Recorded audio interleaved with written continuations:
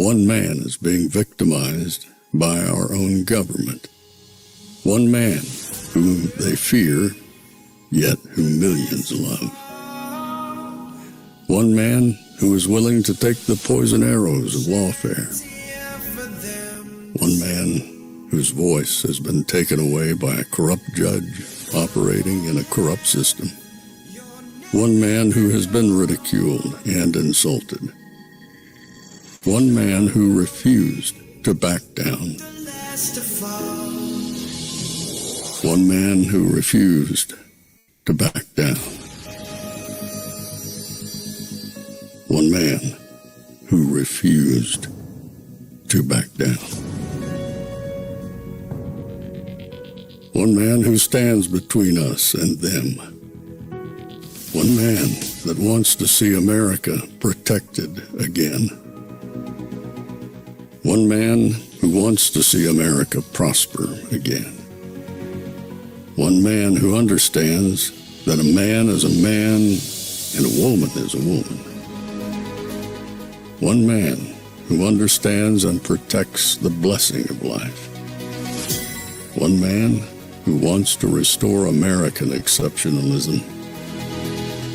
One man who once again wants to make America that shining city on a hill for all to see. A place where all the people of the world glowingly set their eyes upon. America. One man who unashamedly wants to make America great again. That one man is Donald Trump.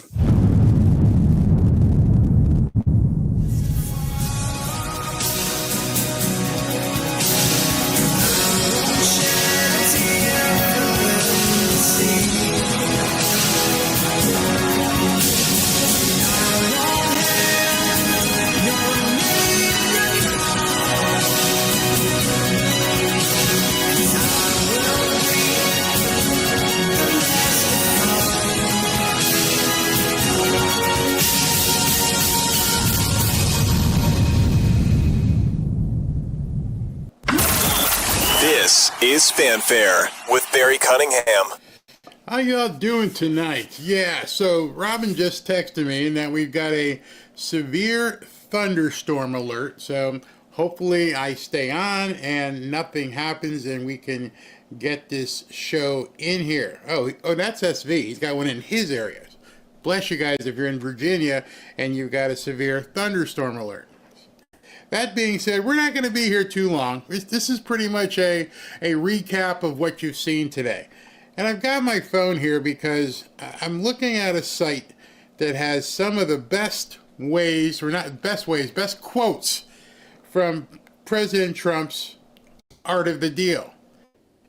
And here's something I thought was quite appropriate. They number this number 16. My style of deal making is quite simple and straightforward. I aim very high and then I just keep pushing and pushing and pushing to get what I'm after. Sometimes I settle for less than I sought, but in most cases I still end up with what I want. I think Mick Jagger could have taken that as a lyric, or maybe he took that quote from Mick Jagger. You can't always get what you want, but you get what you need. Trump says, I'll find a way to get what I want. And you can tell that he got what he wanted by the dearth, the absence of information in the liberal insanosphere. It's like it didn't really happen. I searched and I searched and I searched, and I'm like, are people not talking about this? Do they think this is just going to go away? The biggest deal in American history. The biggest one. The biggest possible deal America has ever seen. And the libnuts are pretty quiet about it. They don't want to talk about it. You're going to see in this interview with President Trump that, in fact, during the interview, after they solidified the biggest deal in American history, some libnut asked him, a libnut reporter asked him, did you just do this to cover up for the Epstein files? I'll let you hear the answer President Trump gives them. So we're going to go through some of this stuff because there's a lot going on that I want to bring to people's attention. A lot what's been said, what it means to you. So let's go ahead and listen. Understand, the first 10 or 12 seconds of this video, they were trying to fix the feed. It was a little bit cloudy, but it clears up pretty quick. So let's take a listen here at Trump talking about the deal. This is probably the biggest deal ever reached in any capacity, trade or beyond trade. It is. It's a giant deal with lots of countries because, as you know, Ursula represents a lot of countries, not one country. It's not easy for you. It's because a lot of very different countries, great countries, but some are strong with cars, some are strong with agriculture, some are strong with both, right? You have a lot of different factors.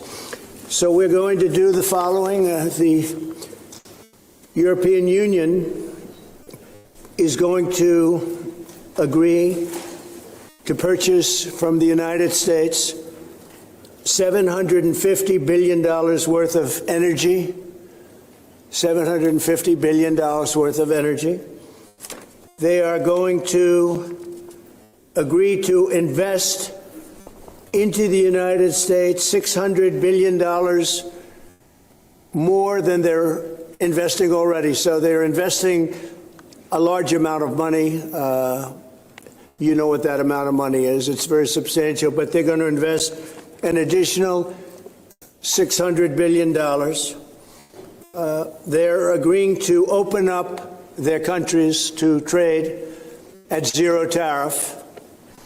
So that's a very big factor. Opening up their countries, all of the countries will be opened up to trade with the United States at zero tariff.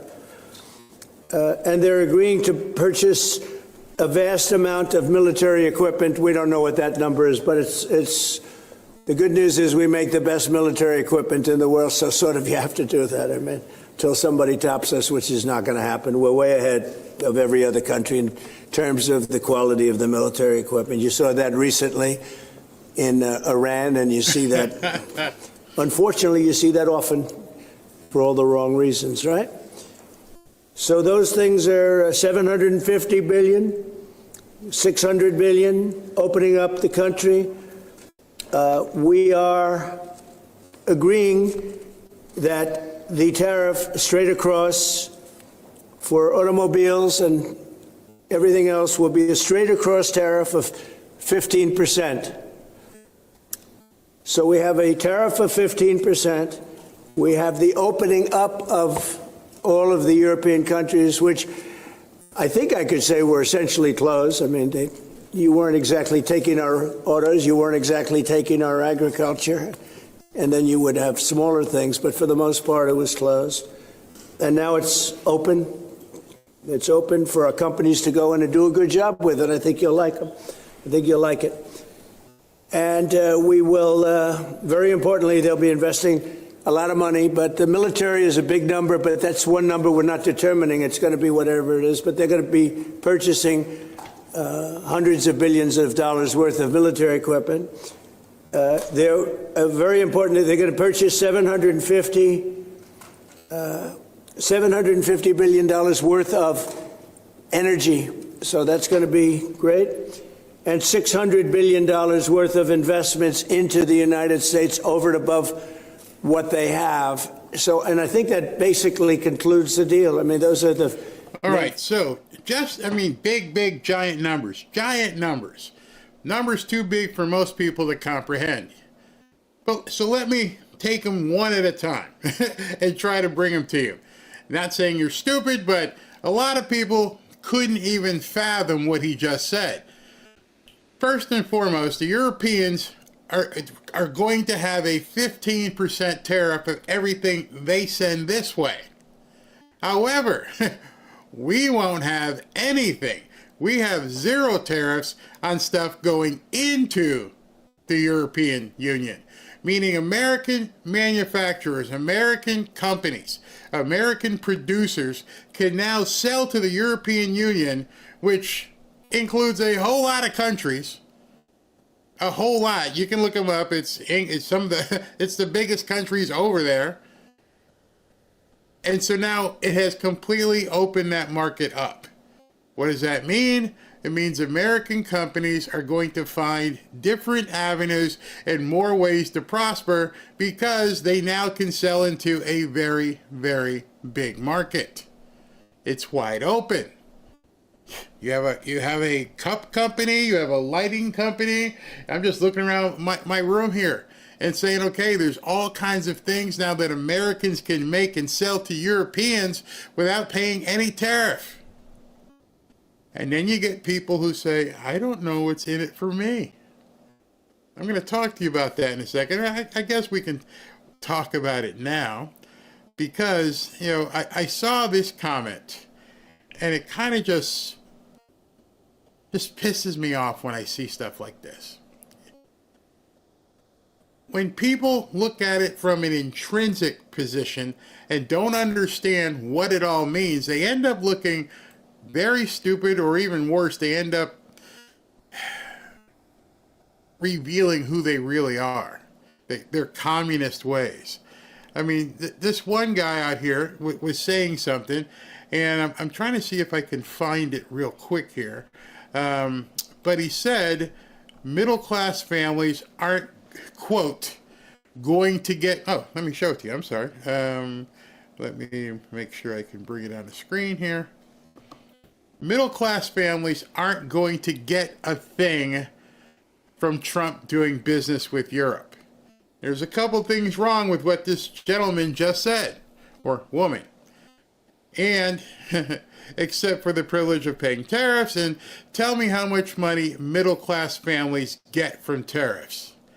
Notice the word that keeps showing up in his post. That word is get. What do I get? I'm not going to get a thing from Trump doing business in Europe.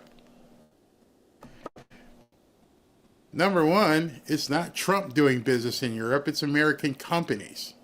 Number two, no, you're not going to get anything.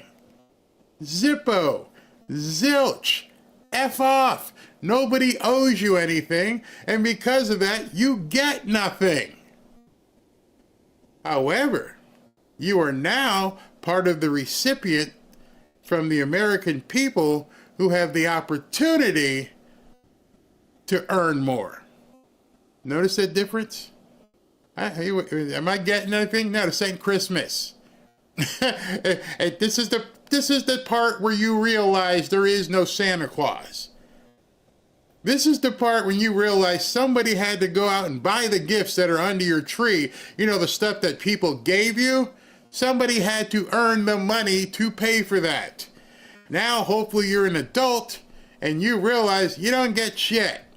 I'm sorry for saying that word, but that kind of stuff just pisses me off. What do I get? Here's what you get. You get to get off your butt, get out of mommy's basement, and go work for a company that is going to prosper now because they can do things in Europe, and the more they prosper, the more you can prosper. Or start your own company and start selling things into Europe. Either way, you aren't entitled to anything and you're not getting anything. And I think a lot more people should be telling these libnuts, what are you doing? Hey, what am I getting from here, from Europe? Kiss my behind. The whole ideology of getting something. What am I, get my EBT card? No, this is not going to be for you unless you're out there doing something. And so right away, they hear numbers like 750 billion, 600 billion, billion, trillion. But I'm still broke. I didn't get anything. I'm sorry, this isn't a charity. There are charitable people in America, but the country isn't a charity. If you want to get something, you need to get out there and earn it. And that's the big lesson that the American people now have to begin seeing. The chains have been taken off. The only thing I've ever wanted for government is just stay out of my way. Stay out of my way, give me the opportunity, I'll go get it myself. But that's not taught in schools anymore. What JFK said way back in 1962 or 63 was what? This guy couldn't get elected today. Ask not what your country can do for you. Ask what you can do for your country. That's a bad word in liberal circles right now. They think country should be giving. I should get something. I need to receive something from Trump. I don't see any difference for myself here. Well, that's because you're not going to see a difference. And so you should encourage people, especially live nuts. Get off your butt, get out of mommy's basement, do whatever you need to do, put down the protest sign, take off the funky looking scarf, and get out there and be a productive member of society. President Trump is opening the doors for you.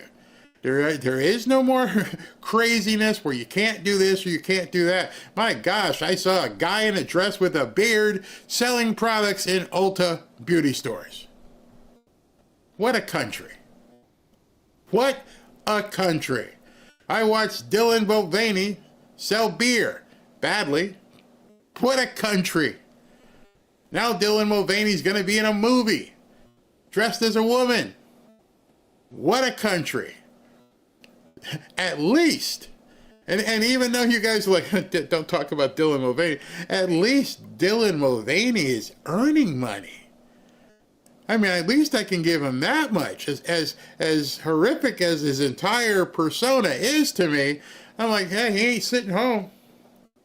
He's knocking on doors going, you're willing to pay me? Okay.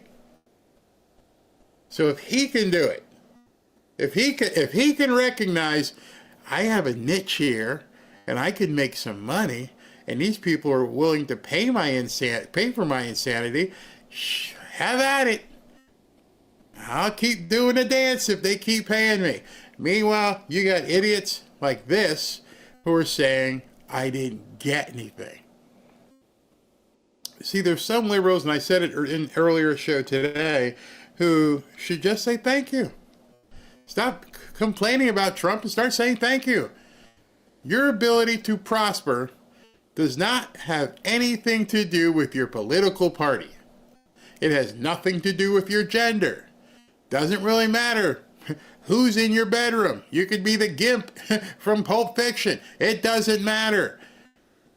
President Trump has gone in and went country after country after country after country and slayed dragons to allow you, afford you the opportunity to become prosperous. And there are some in our chat over the last couple of months. I'm like, what is wrong with these people? Do you not see what this guy is doing? Do you not understand how he's just kicking doors in? You saw Ursula earlier, and she was sitting like this. And I told you during the early show, oh, this is a done deal. And some people in the chat were like, Barry, how do you know it's a done deal? Because he goes, this ain't going to take long. It's going to be about an hour. Do you remember him saying that? I got a golf appointment over in Turnberry, so we're going to wrap this up quickly. Wrap it up, boys. Hey, what's the negotiation? Take it or leave it. That's your negotiation. Okay, we'll take it. And that's what he did. So the European Union now has opened opened Europe for American companies. In addition, Europe is going to buy hundreds of billions of dollars in military gear, which is going to feed a lot of people. Takes a lot of people to make these planes and ships and weaponry. Right now, it's 6:19 on Sunday, and the stock market is closed, and some things tomorrow will go up and some things will go down, but one of the things that's probably going to go up are the military companies. Why? Because they're getting hundreds of billions of dollars from Europe. Might want to look into that. And also, they're going to make $600 billion of investments. I know these numbers sound crazy. They're going to buy $750 billion in energy. These are numbers that people just don't get. They're incredible. Be excited. Start thinking, where's your avenue of opportunity? Don't sit around like this dude and go, I ain't got nothing. Hey, I don't see nothing. You're not going to unless you actually look for your opportunity. And then if you find your opportunity, take it. Let's listen to President Trump. Factors, I don't think there are too many other factors, other than we're going to get along great. And we have a great relationship now with NATO, which is largely the same. I mean, not exactly, but pretty close, right? Largely. And with NATO, as you know, they're going up to 5% from 2%. And the relationship is very strong with NATO. So I just want to congratulate you. I think it's great that we made a deal today instead of playing games and maybe not making a deal at all. I think it's, I'm going to let you say, but I think it's the biggest deal ever made. Thank you very much. Congratulations.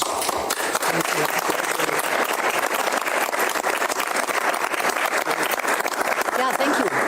We have a deal. We have a trade deal between the two largest economies in the world.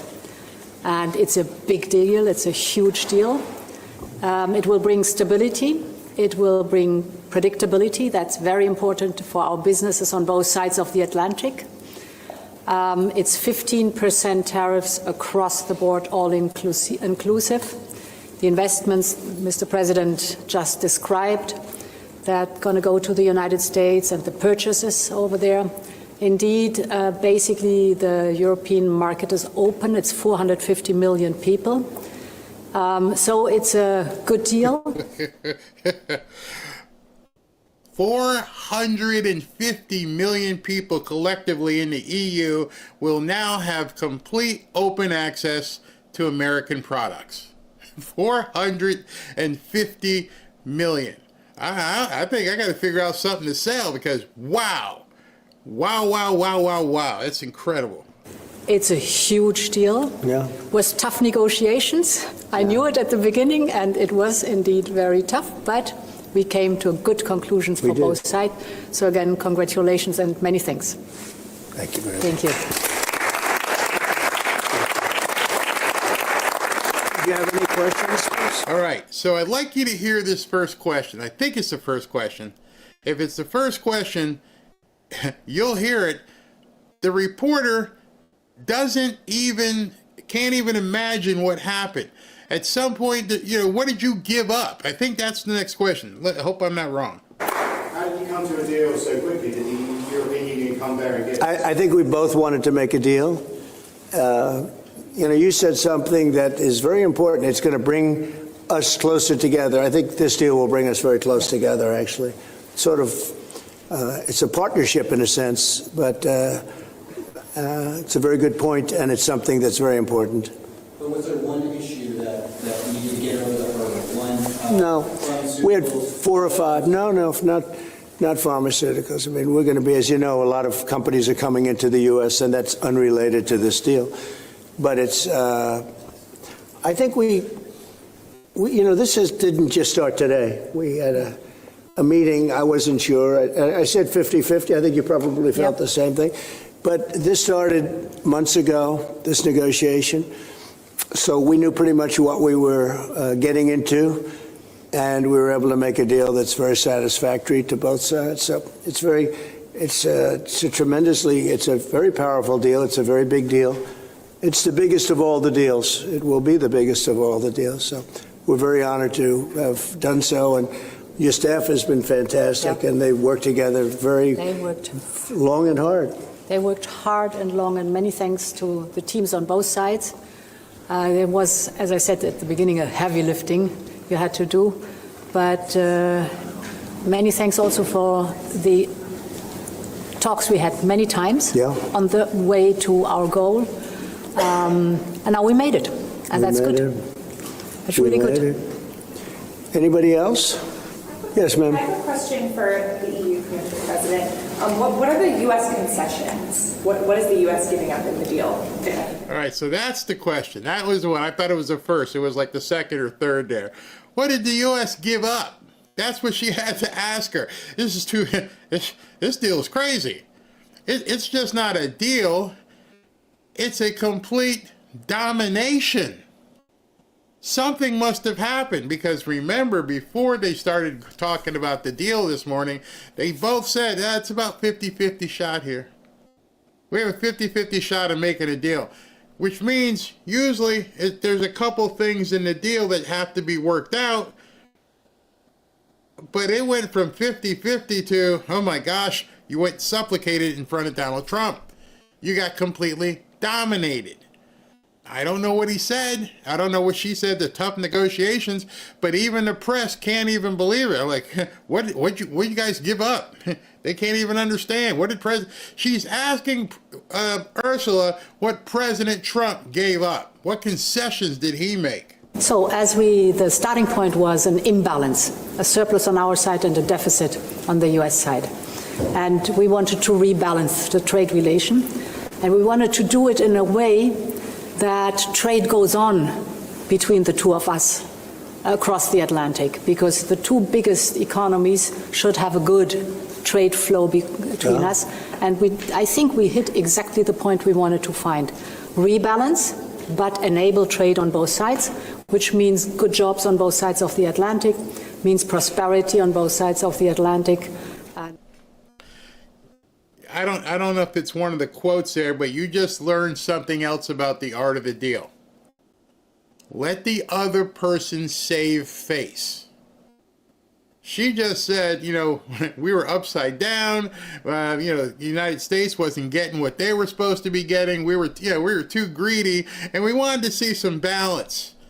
We wanted to see balance in July of 2025, even though you're butt-reaming America through the last presidency. All of a sudden, we want to see balance. That's the art of the deal. Let her take some credit, smile, let her save face with her own people. I wanted to work this out with him. I really did. So, I wanted to see there be some balance. Well, if you wanted to see balance, you really cared about it. You didn't say anything until today. President Trump, since the day he was campaigning, said these countries are taking advantage of us. That's got to stop. I'm going to go here, I'm going to go here, and I'm going to go here. I'm going to kick in some doors until, not anymore. But all of a sudden today, she's taking credit for working the balance out. And he's sitting there very much gentlemanly doing so. And if you followed his work ethic and what he has done over his career, that's a staple. That's basically a staple in any negotiation. Don't let the people you just stomped on it behind closed doors come out with black eyes and bruises. Let them come out saying, it's a great deal for us too. I mean, seriously, it's a great deal for us too. You don't want them to feel embarrassed and completely eviscerated. You don't want them to feel that way, because they got to sell it to their people. So now she comes out and says, it was just bad. American, we weren't balanced. We just had to fix it. And we had some good negotiations to do so. And Trump's just sitting there quietly. Because that's one of the tactics, is you have to let the other person save face. That was important for us. And again, the energy is a very important component, because we have more energy than anybody else in that sense. And I think it was very wise that they buy a lot of energy, and it's great stuff, and it solves a lot of problems. So that was a great decision, I think. What about steel? What are the views? One what? Steel. Steel is staying the way it is. The steel and aluminum, et cetera, that's a worldwide thing. That stays the way it is. We have chips. Did you discuss that as part of the agreement? Chips. Chips is, Howard, you might want to describe the chips, please, if you would. Well, the expectation is in 2 weeks' time, we're going to come out with our chips 232. And that was one of the key reasons that the European Union came to talk to the president, to try to resolve all things at one time. And, well, I'll let you wait for the 2 weeks until you get to announce your plan. But we are going to be bringing chip manufacturing back to the United States of America. We'll be doing a lot. All right, so that's very important there. There's something coming in 2 weeks that they're about to drop, and it involves probably NVIDIA and a bunch of other companies, and he wants chips to be made here in the United States, which is, you know, if he wants to be number one in AI, he wants to be number one in Bitcoin, all this stuff. I'm not Bitcoin, but crypto. They're going to be doing something with chips. And I'm pretty sure the European Union didn't want to get closed out of that deal. President Trump very much has talked to you and has said, we are going to be the leaders in the world in AI, in crypto. We're going to be that technological leader. And so it doesn't behoove any country to close the door and decide not to work with President Trump and with his team, who are going to be doing everything they can to advance AI and crypto here and technology that goes along with it. And everybody who's a leader in one of these countries understands you do not want to get shut out of the tech race.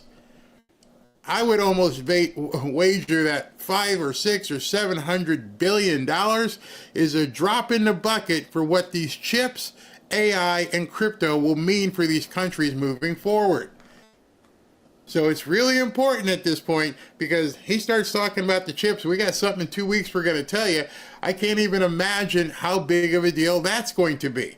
Hold on to your hats. Chips, a lot of companies are coming in from Taiwan and from other places into the U.S. And they're doing that in order to avoid tariffs. And the president really avoided the tariffs in a better way for them, much better way, much more conclusive. I think probably much more profitable, definitely much more profitable, and got a lot of benefit from it. So it was a very interesting negotiation. It was. I think it's going to be great for both parties. I think your various countries are very happy about this. Is there an industry in the U.S.? Okay, and so whatever trades you see, trades are always announced, oh, it's good for both of us. Yeah, that's how we feel about it. Oh, even in sports, yeah, we both got, an equitable trade deal here. Whereas all the fans and critics are like, no, you got stomped. These people took you out to the cleaners. But the two people in the deal, oh, it's good for both of us, because there's more to just this deal. The talks involved are, you don't want to get shut out of this arms race for technology. That you see maybe having the first impact of getting into this market that was not accessible before, whether it's auto. What's the first call you made? Yeah, I think cars. Cars basically were not invited, were not, I don't know if the word is not allowed or just, you just kept them out somehow, right? But cars will be, we have some cars that do terrific business, and we do really well with the pickup trucks, with the SUVs. We have some great things, and I think the people of Europe will have some diversification. I think that'll make them happy. So I think maybe cars would be the one that would go the biggest, and the second would be agriculture, the farmers. And we'll do it in very strict conjunction with the president and the European Union. And they're coming into our country with great vigor. And I think they're going to make a lot of money with this. I think everybody is. I think and again, it's going to bring a lot of unity and friendship. It's going to work out really well. Everybody is going to make money. Everybody. Even here, Mr. Liberal here says, I didn't get nothing. Wait, are you hearing this? You're going to be able to, whatever skills you have, maybe you don't have any marketable skills, but if you have skills, there's going to be a job for you. So I would start, honing up the resume or the job application, and maybe get out of the basement, take a shower, and start applying for work at some of these companies that are going to be needing more people. It's going to be like this. Remember, the last infinity stone is the interest rates. That's what we're waiting for. If the interest rates, or when the interest rates get lowered, absolute rocket ship. Okay. What's the next deal you're focused on now? Say it. What's the next deal you're focused on now? That's an interesting question. This was the big one. This is the biggest of them all. We're looking at deals with 3 or 4 other countries. But for the most part, I can't get them to understand that it's the letter. We just sent that letter, and that letter is, very universal for most. I mean, you wouldn't be able to do this. You wouldn't have the time or the patience to be able to do a deal like this. Most of the others are going to be a certain tariff, and we're going to keep it as low as we can. They're generally smaller countries or countries we don't do much business with. But that they've already received, to a large extent, they've received a letter. They'll probably receive a letter of clarification or a confirmation type letter, which will go out sometime during this week, prior to August 1st. And the tariffs will start being paid. Okay, so I want to stop you there. August 1st is what? Wednesday, Thursday, Friday? I don't have my calendar in front of me. August 1st, there's going to be some more deals either made or some countries are going to be shut out. So August 1st is the day on your calendar. Go ahead and circle the date and understand something is going to happen on August 1st. We're going to see also a large collection of money coming in from these tariffs. And so August 1st is a day that we're probably going to see quite a bit of movement in the markets and in all kinds of stuff with business because of what's going to happen. And if you still think this doesn't really appeal to you personally, I'm going to show you exactly why it does. By those countries prior to August, on August 1st and beyond. Okay? Mr. President, was part of the rush to get this deal done to knock the Jeffrey Epstein story out? Oh, you got to be kidding with that. No, had nothing to do with it. Only you would think that. That had nothing. Let me just look at this again. Hundreds of billions of dollars. Hundreds of billions of dollars. And was there a rush to get this done because of the Epstein story? It's funny. If I was President Trump at that point, I'd have probably embarrassed the guy because my comment would be to him, "That's all you got, bro? That's it? That's the only thing you guys can now say?" That and ignoring it. See, one of the problems we're going to have, or it just continues, is that 50% or so of the country will never hear about this. 50% or so of the country won't have any idea what's happened. The liberal media, and you can start looking around, they're not talking about it. They're not even mentioning it. Maybe because the heavy hitters weren't at work today. Maybe they'll have some stories tomorrow. Maybe they'll go on camera and try to figure out the angle where they can say this is no good for America.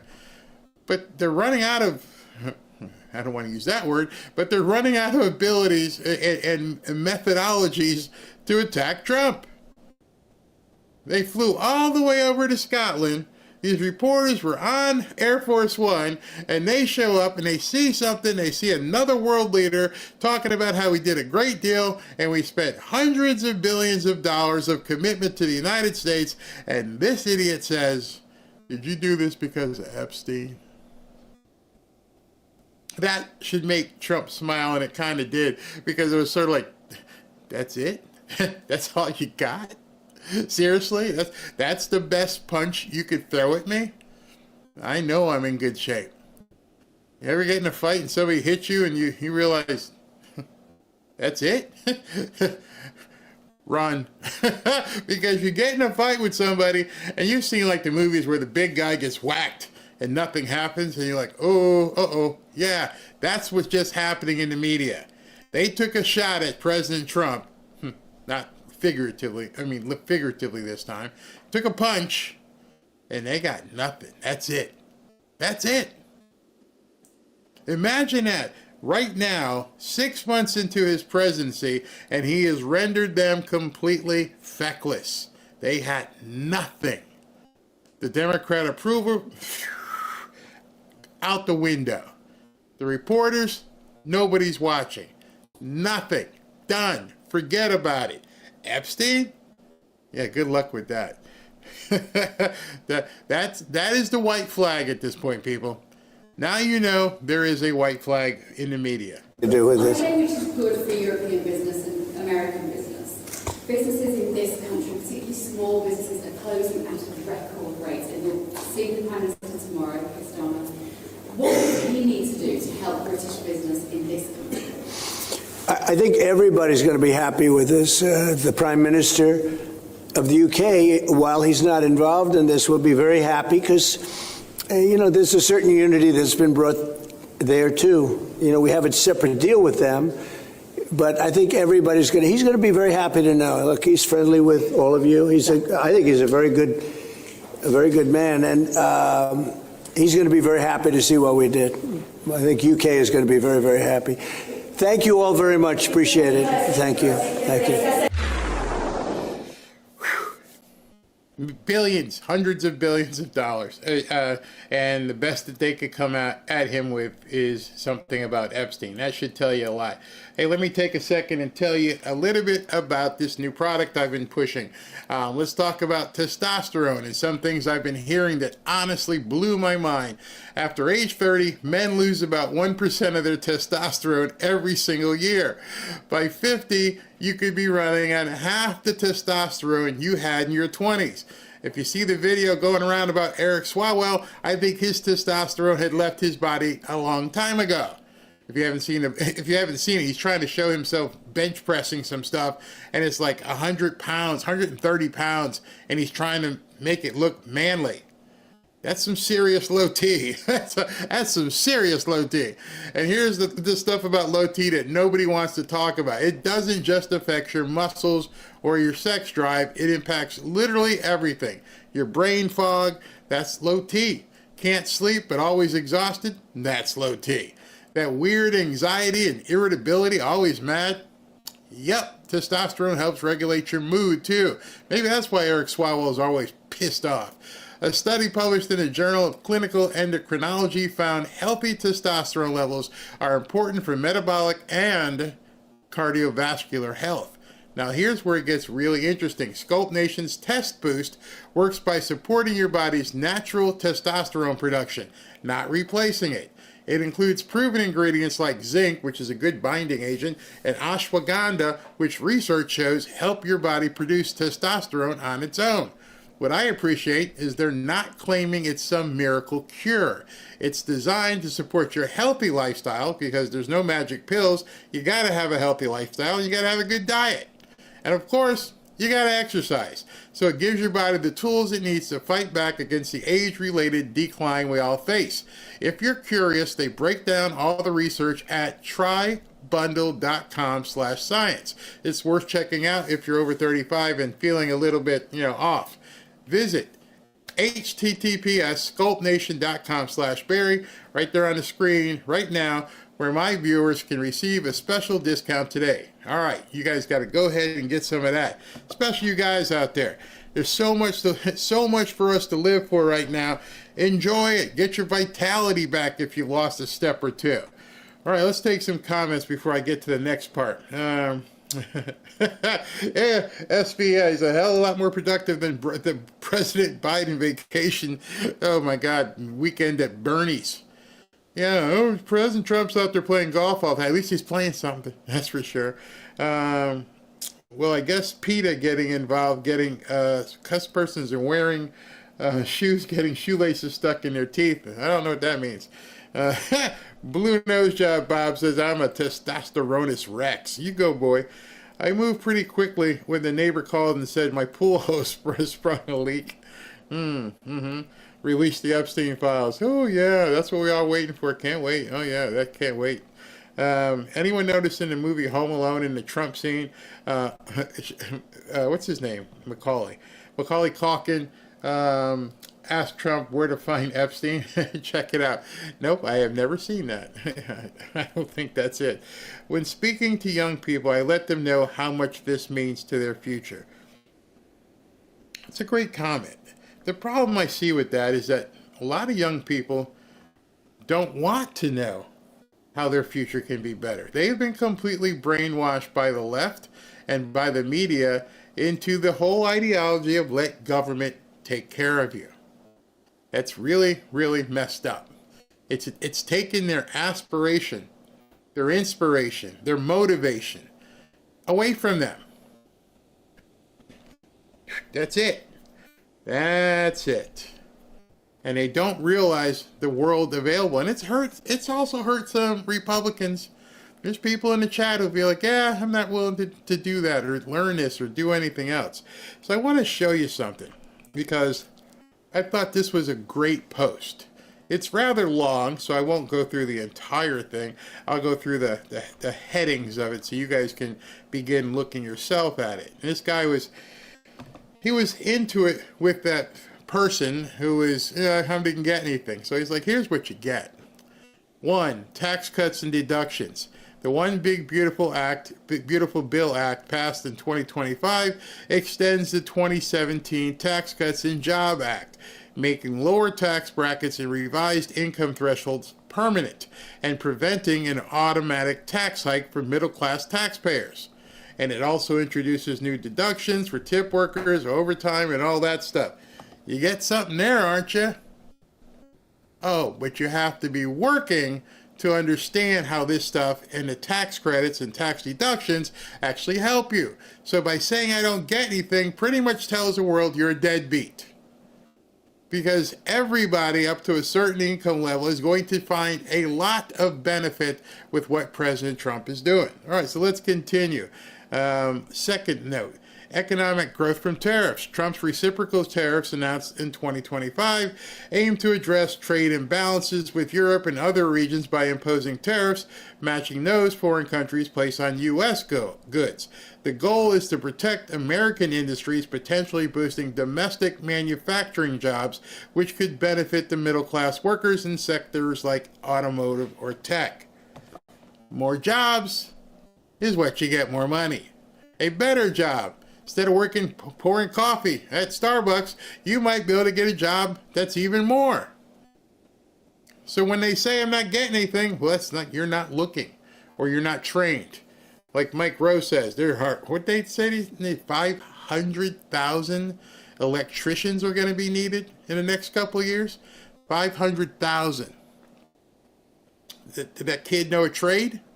Does he know anything about electric? Does he know anything about HVAC? Does he know anything about plumbing? Oh, they're not glamorous, but what? You're going to get paid. This is the time of year where we, down here in South Florida, we cannot live without a very strong air conditioner. It needs to pump and pump and pump. And I'll tell you right now, that air conditioner goes down, that woman out there's like, you better call somebody. But it's the weekend, honey. They're going to want 3 times. I don't care. Call them. In fact, there's one company that has billboards off of the highway. It says, call your wife. She's hot. And it's got, of course, a very beautiful woman. But the play on words is, the air conditioning just broke. Call your wife. She's literally hot. And if you call them, they'll send somebody out right away. There's a job. More people moving, more people renovating, more people upscaling, more people looking for properties means they need, especially if they're here, they need air conditioning all the time, 24/7. There's no off switch on our air conditioning. I'll tell you that right now. In fact, when Ashley and the kids get here, we have to hand out extra blankets because we keep it nice and frosty in here. And we keep it nice and frosty because, knock on wood, we have a good air conditioning system. In addition, pool pumps. Pool pumps have to run constantly. Make sure there's no algae and crap in the pool. There's a lot of money in learning how to be a pool technician.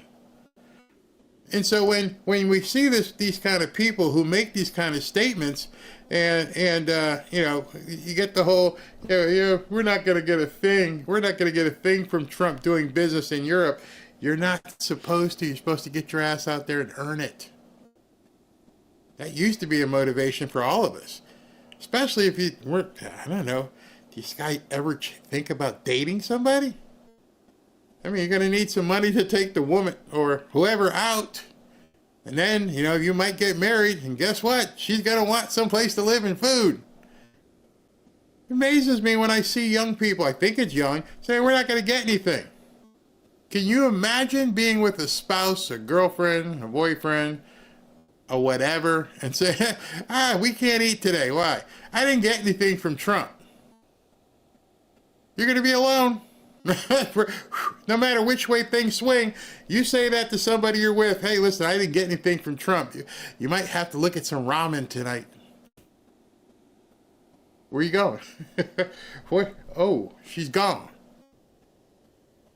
That kind of stuff just makes you wonder.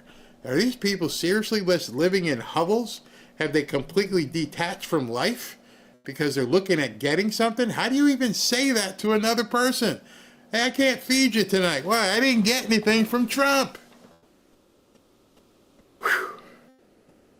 Have we lost an entire generation? Next thing, and this is one that really interests me. Opportunity zones in investments. Trump's policies have emphasized opportunity zones, which provide tax incentives for investments in economically distressed areas. If you're not familiar with opportunity zones, I encourage you to go look up where they are in your area. They're all over the place. And you get all kinds of goodies if you do business in an opportunity zone. Go look them up. They're voluminous what you get. And if you decide you want to build or buy a house and fix it up in an opportunity zone, winky winky, let me just tell you, it's all about that. So, look into opportunity zones, especially if you're a contractor. By 2021, these zones attracted $75 billion in funds, creating an estimated 500,000 jobs and lifting approximately 1 million Americans out of poverty.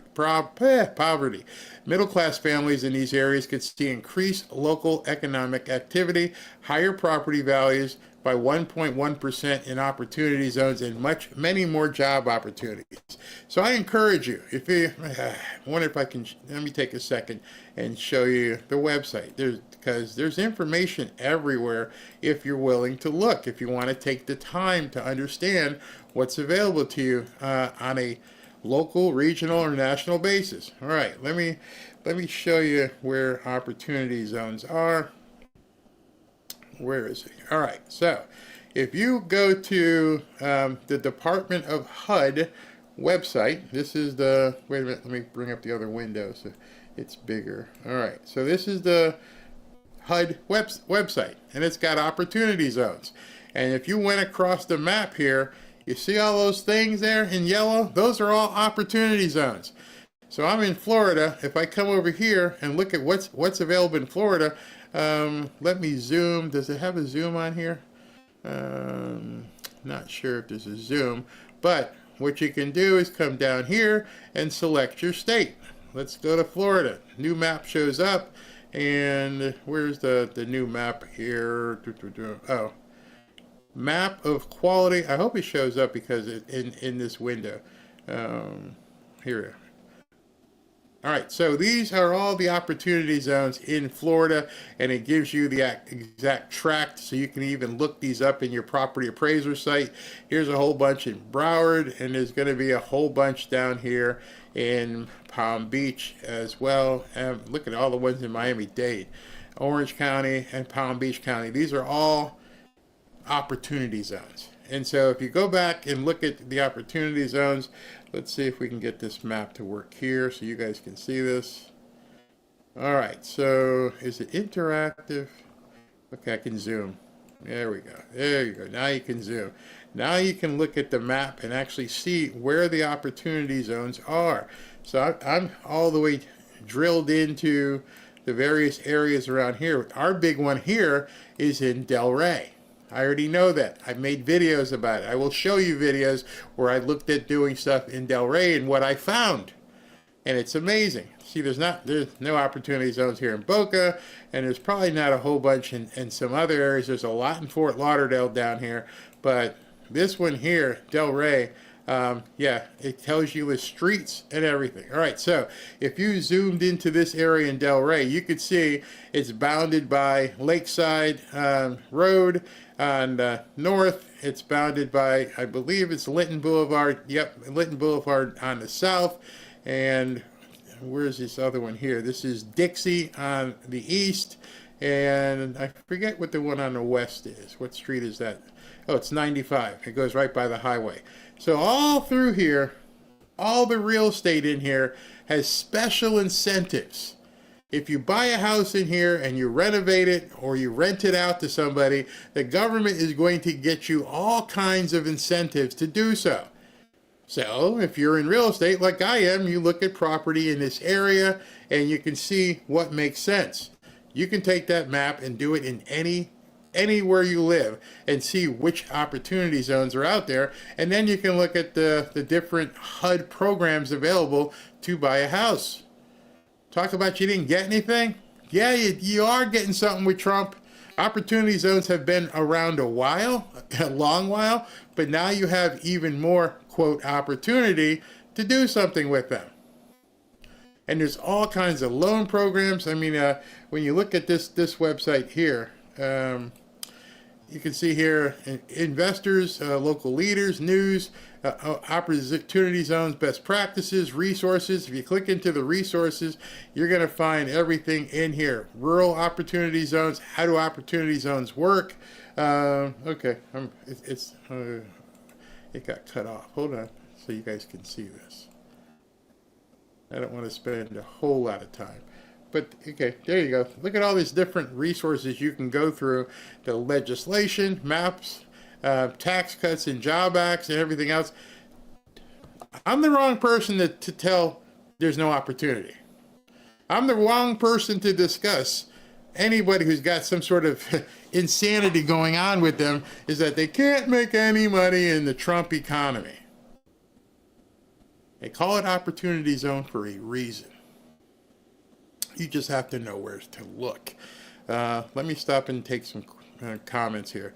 You got many opportunities if you get your ass off the couch. Exactly. HUD site, got it. Yeah. Go look at these things and you'd be amazed. Yes, it is the HUD site. Or just type in opportunity zones HUD. That's all you have to do. You're going to be amazed. This isn't information that's broadcast on television. This is the kind of thing where I try to tell people, you're going to have to look. And you're like, oh man, look at all these goodies. You mean I could really do this? Yeah, I could do it. And you can get the money to do it. You know, partner with a few people. Look at it. What else we got here? Yep, opportunity zones were created by Ben Carson under Trump. I think they were there beforehand, but they were enhanced, so there was a lot more stuff that you could do with them. Let's see what else we got. Barry, how about home improvement grants? Yeah, I don't want to do this turn it into a real estate seminar, but yeah, start there. Start looking at all the resources available to you by just getting involved in the opportunity zones. The name don't lie.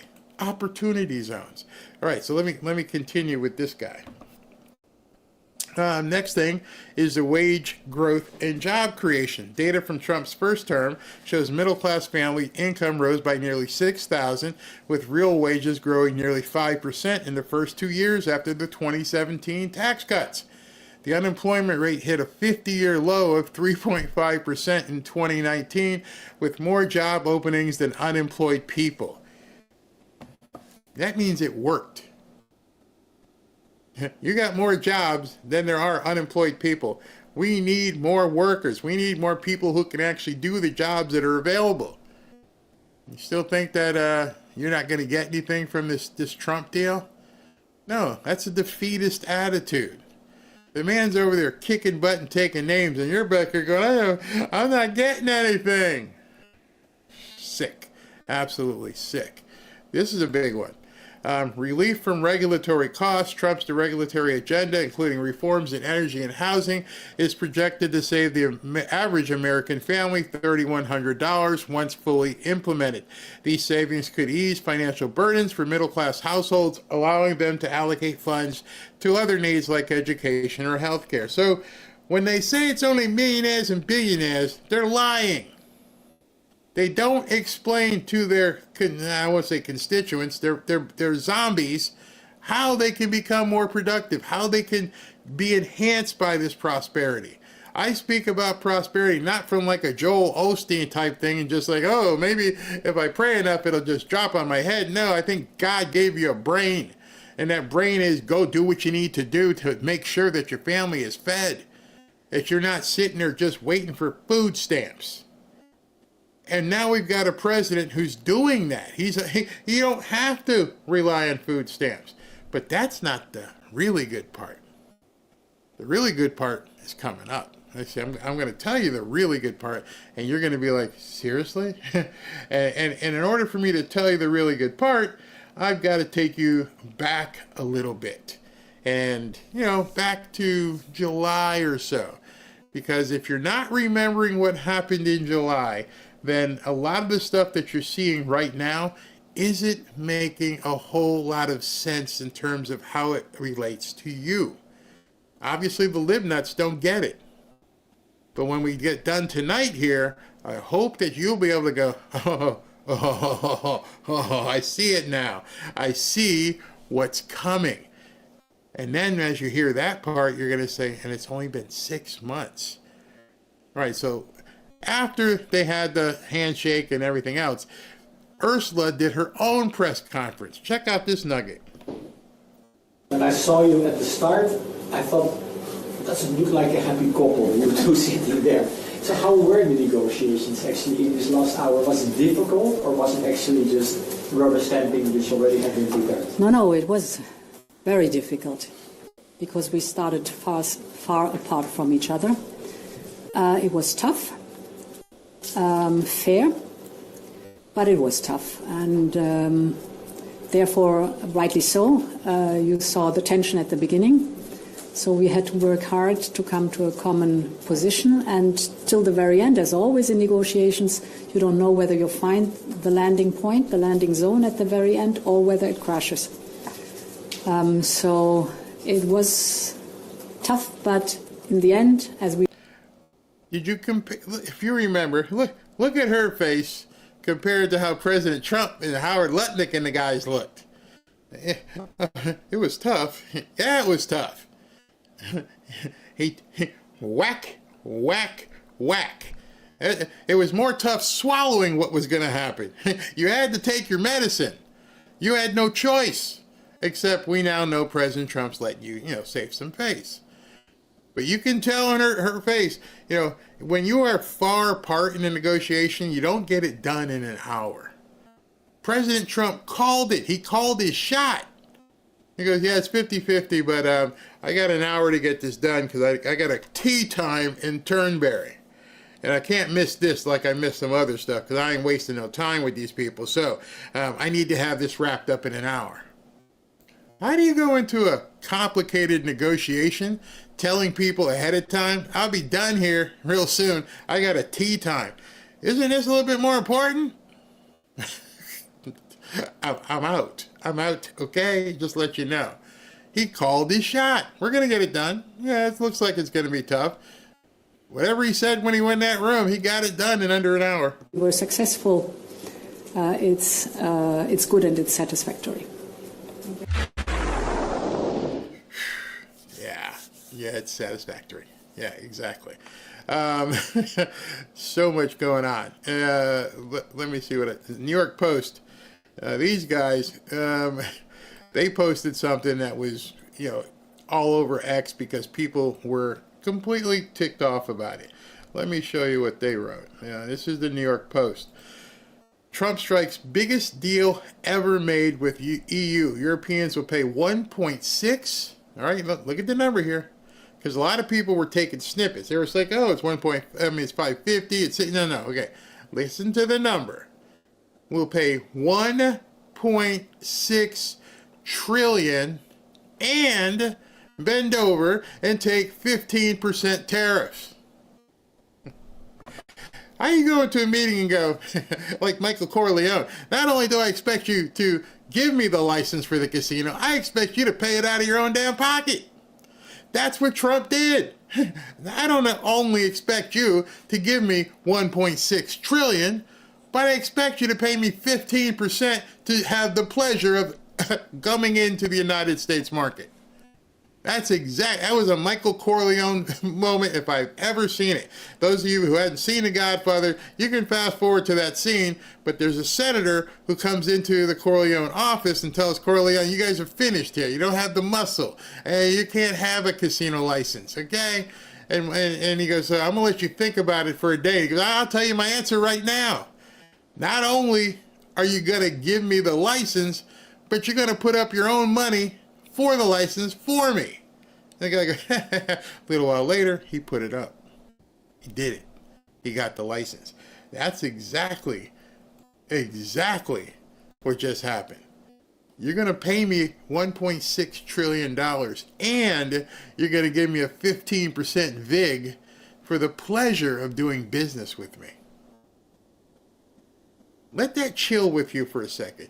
And then you're going to smile afterwards and let everybody know that you're happy. Just like in the movie. The congressman goes, yeah, thank you. Yeah, I cut a deal. Yeah, that's a good deal, isn't it? Any one of us would take it. So wait, you're gonna pay me all this money and pay a fee? Wow.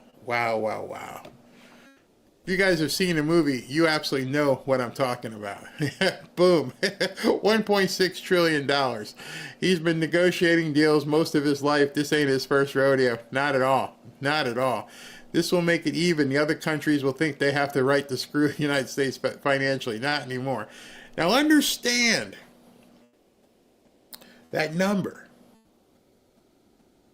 From what I'm going to tell you, I want you to remember that number. You see, let me just put it up again because that number is very, very important. Where did I do it? Did I delete it? Hold on. Let me pull it back up here. That number is very important, all right? 1.6 trillion. The number becomes more important when you consider all of the other stuff that's happened. Billions and billions and billions of dollars that have added up. Because the number 1.6 trillion here doesn't, as a standalone, it's impressive, but it's not as impressive as the collective total. And to understand the collective total, you have to go back a year to see what President Trump had as his plan, where a lot of people laughed at him. Let's see if some of you guys end up putting this stuff together here on your own here. All right, so, what's this say? Barry, you are the real news everyone wants to see, breaking everything down. All right, so I'm going to break this down for you, but you got to remember these numbers.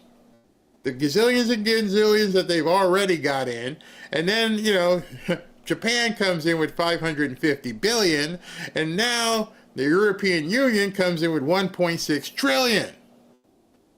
And you're starting to wait, Barry, these numbers are all what? Just hold on. Let Scott, what's his name? Scott Bessent tell you some more. I think he's created a lot of leverage because he's created an A-B situation. He is able to go to the trading partners and say, look, I am happy to take in this tariff income if you don't want to negotiate. This is a high rate, but the U.S. is taking in massive amounts of tariff income. We had the first June budget surplus since 2015. Hold up, stop there. All right, so you've taken in so much money, the word surplus just came out. Of course, nobody's reporting on that. Democrats don't want you to know that. We now have a budget surplus. We have more coming in than going out. By the way, did I tell you it's only been 6 months?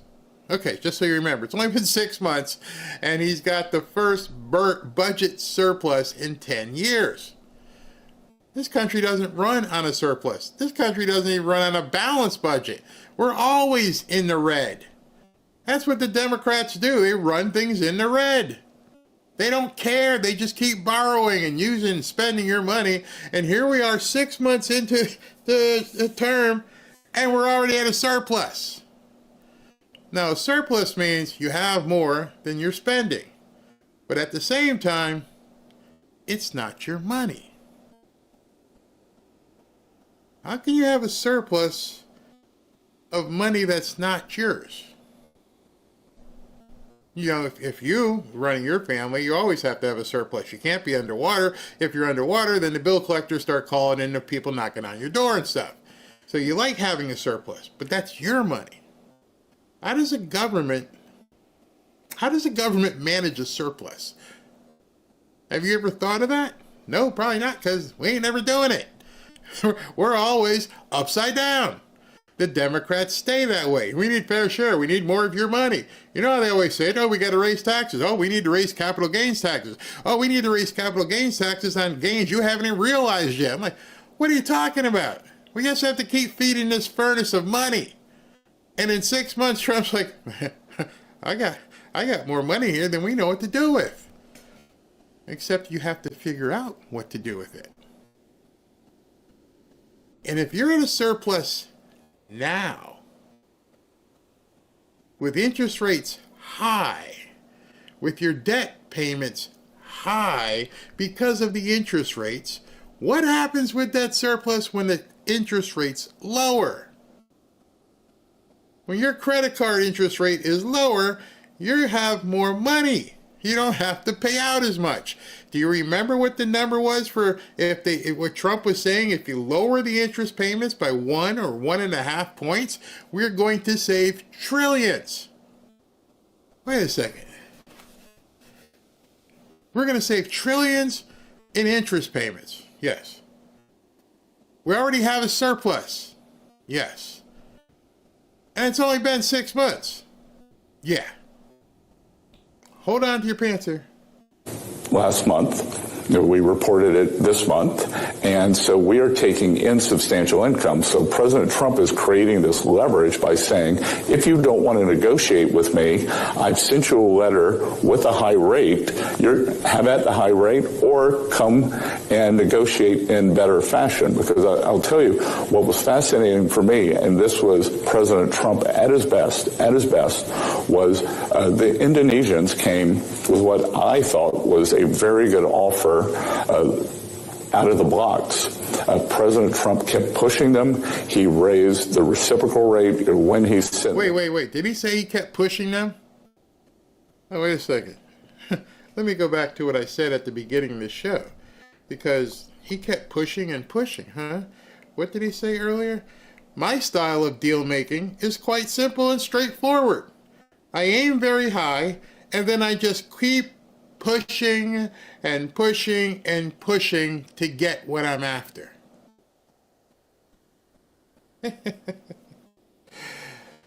That's a quote from The Art of the Deal. He just quoted The Art of the Deal. Hey, I thought we had a good deal. And Trump just came in and kept pushing and pushing and pushing. You know, a lot of this could have been solved with the entire world if they just read the damn book. If they just said, hey, Barry, where are you getting these quotes? Because, you know, he's actually doing the stuff that's already in this book. I don't get it. I don't understand how this is happening. Well, he told you, what is this, 20, 30, 40 years ago he wrote this book? Oh, by the way, what else did Scott Bessent just say? Leverage. I'm actually going to read another quote for you. It's right there. I don't know if you guys probably can't see it. Hold on. Let me see if it shows up. You see the ad, but you can't see the quote. But the quote is, leverage. Don't ever make a deal without it. Don't ever make a deal without it. He just quoted The Art of the Deal twice in one sentence. Leverage, and he just kept pushing. And I'm thinking, man, am I the only one seeing this? Because this is eerie. Having followed this guy for decades, I'm like, I'm actually watching the book. It's actually happening. And people in the media and stuff aren't, there's Midas walking around again back there. People in the media aren't even paying attention. That's why I called this show The Art of the Deal, because it just came to fruition. He's not being new here. He's not doing crazy. He's picked up his book from 40 years ago and like, well, it's worked for me all my life. Let's do number 4, leverage. Oh, let's try number 12 here. Push the hell out of these people. I'm not making it up. I'm just reading and going, is this odd? You guys find it crazy? You think I'm just making it up? The guy just said it. He's like, I thought we had a good deal, and Trump just kept pushing. Wanted leverage. The letter, and 5 iterations later, the Indonesian trade deal was greatly improved, turned into a great deal for both sides. And that was the other side that I've been telling you. Make it appear good for both sides. Don't let them think you're stomping all over them, even though you're stomping all over them. You got to give people a chance to save face. So you have that negotiation with them, and it's like, okay, so, I just whooped your butt, right? I ain't going to play that, though, when we go in public. Hi, how you doing? Yeah. It was a great deal, and, this is going to work out for both of our countries really well. Yeah, think that. All right, so Howard Lutnick posted right when it was happening. He goes, President Trump just unlocked one of the biggest economies in the world. The European Union is going to open its $20 trillion market and completely accept our auto and industrial standards for the first time ever. Not before, ever. In addition, it will purchase $750 billion in energy from us and invest $600 billion in America. And we're going to charge them a 15% tariff. Today is a historic day for U.S. trade and will strengthen our relationship with the European Union for decades to come. Wow. So much going on. So I'm going to tie this up in a bow for you guys because this is pretty crazy what you're going to see, all right? Let me go here. And you guys all got it? It's ridiculous. Are you guys okay so far? Yeah, the other countries are going to have to follow, period. They're watching and they're pissed. Yeah. You know who else is going to have to follow? The Democrats. What are you going to do? How are you going to bitch about the fact that America's in a budget surplus and we just keep making more and more money? I don't know. This is totally awesome. Howard is so precious. Love seeing him get excited. Man, makes me smile. All right, so I love this comment. We finally got a president who runs his country like a business. All right, so if you've paid attention thus far, I'm going somewhere with this. I've read you the quotes, I've showed you the clips, and now I want to tie this up in a bow for you on a Sunday night, and I want you to leave here going, oh. So with even the guy, in the basement who's like, well, I didn't get anything. Okay, watch this. Okay, so I said, I think we're going to cut $1 trillion a year in expense, and then I think we can, through tariffs and other means, we're going to get revenues of $1 trillion. Okay? Incremental revenue. Incremental revenue. Yeah. And we're going to balance the budget. Incremental revenue we weren't getting before. Not just going to raise taxes, because taxes are just the revenue from raising taxes. That's money we already have. We're just hitting the people again. Incremental revenue is money that wasn't there. Money that fell out of the sky. Money that he created. So he wanted to correct it. You talking about incremental revenue? Yeah, incremental revenue. Okay. But sorry, let me just ask one question. How did the tax cuts or the extension of the tax cuts? They're zero basis. I mean, zero basis. Where I was yesterday and where I am tomorrow, it's a tax cut. No, it's not. It's the exact same thing as yesterday is today. To say continuing yesterday tomorrow is like silly. So let me ask you on tariffs. Having studied it yourself, when there's higher tariffs, people purchase less. Things cost more. No, we'll talk about tariffs. Yeah. Let's just finish. Finish Doge. So I'm in the car with him, right? And I said, we're going to balance the budget. And I said, but I have one favor to ask of you. If we can balance the budget for you, will you agree to waive all income tax for every person who makes less than $150,000 a year?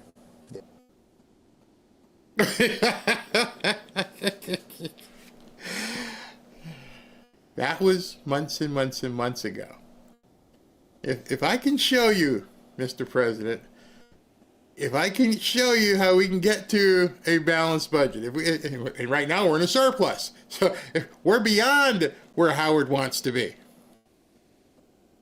If I can show you this, if I can show you how we can get to a balanced budget, would you be willing to talk about removing taxes, income taxes from everybody making 150 grand a year or less.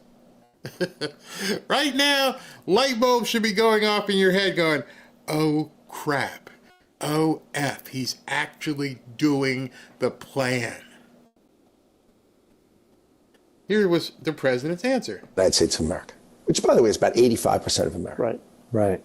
And the reason you want to work for Donald Trump is he looks at me and goes, sure. You ready to log off right now? Light bulbs going off in your head? You starting to see the big picture here and only 6 months in? Probably nobody else is explaining it to you like this. Because I had to do the research to bring it together and go, oh my God, it's actually happening. It's actually happening. The man has been laying out his plan and telling us for months now, and we couldn't put the pieces of the puzzle together. And now he's actually doing what they have plotted out for years. Hey man, if I can find a way to balance the budget, would you be willing to talk about doing away with income tax for everybody making under 150 grand a year? Yeah, sure. Oh! Light bulbs going off? Are you starting to see how this is all put together? All the people in the media, blah, blah, blah, blah, blah. I'm like, wait a minute, step back here. Look at the plan. Look at the plan that they laid out. I didn't make this up. This, as you start looking at the pieces and how they've laid things out, and now we're in a budget surplus? Never mind balance the budget. A budget surplus before today? Now you add in the 1.6 Wait a second. How did we go from being a country that couldn't do anything right in 6 months to doing so much? We have a budget surplus, and we may be on the precipice of him pushing no income taxes for everybody under $150,000 a year. Everybody under $150,000 a year. Don't go in here and tell people what you make, but you probably can start telling by the comments here. People are like, oh, shoot. And they're probably using stronger words. And that's what Howard Lutnick was telling these guys a long time ago. You realize the President of the United States said, if you balance the budget, sure. And he's not lying. He's not kidding. He's like, yeah. My friends did. He's not lying. He's not kidding. Let's put the plan together. Let's do it. Let's see if you can. Hey, Howard, you want to try that? Man, if you can do that, you're smart as hell. You and Scott get together and come up with this plan. And when you come up with this plan, if it works, yeah, we can talk there. We can go there. He'll never lose another election. The Republicans in MAGA could never lose if this were to happen. The Democrats are already got their boot to their neck. This would be, and nobody's talking about this. And then people are like, Barry, you're crazy. I'm like, I'm not crazy. I'm listening.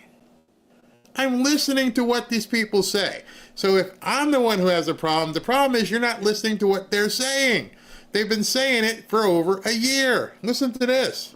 And, I would say they're much smarter than I am. They got to 750. I got to 750 as well.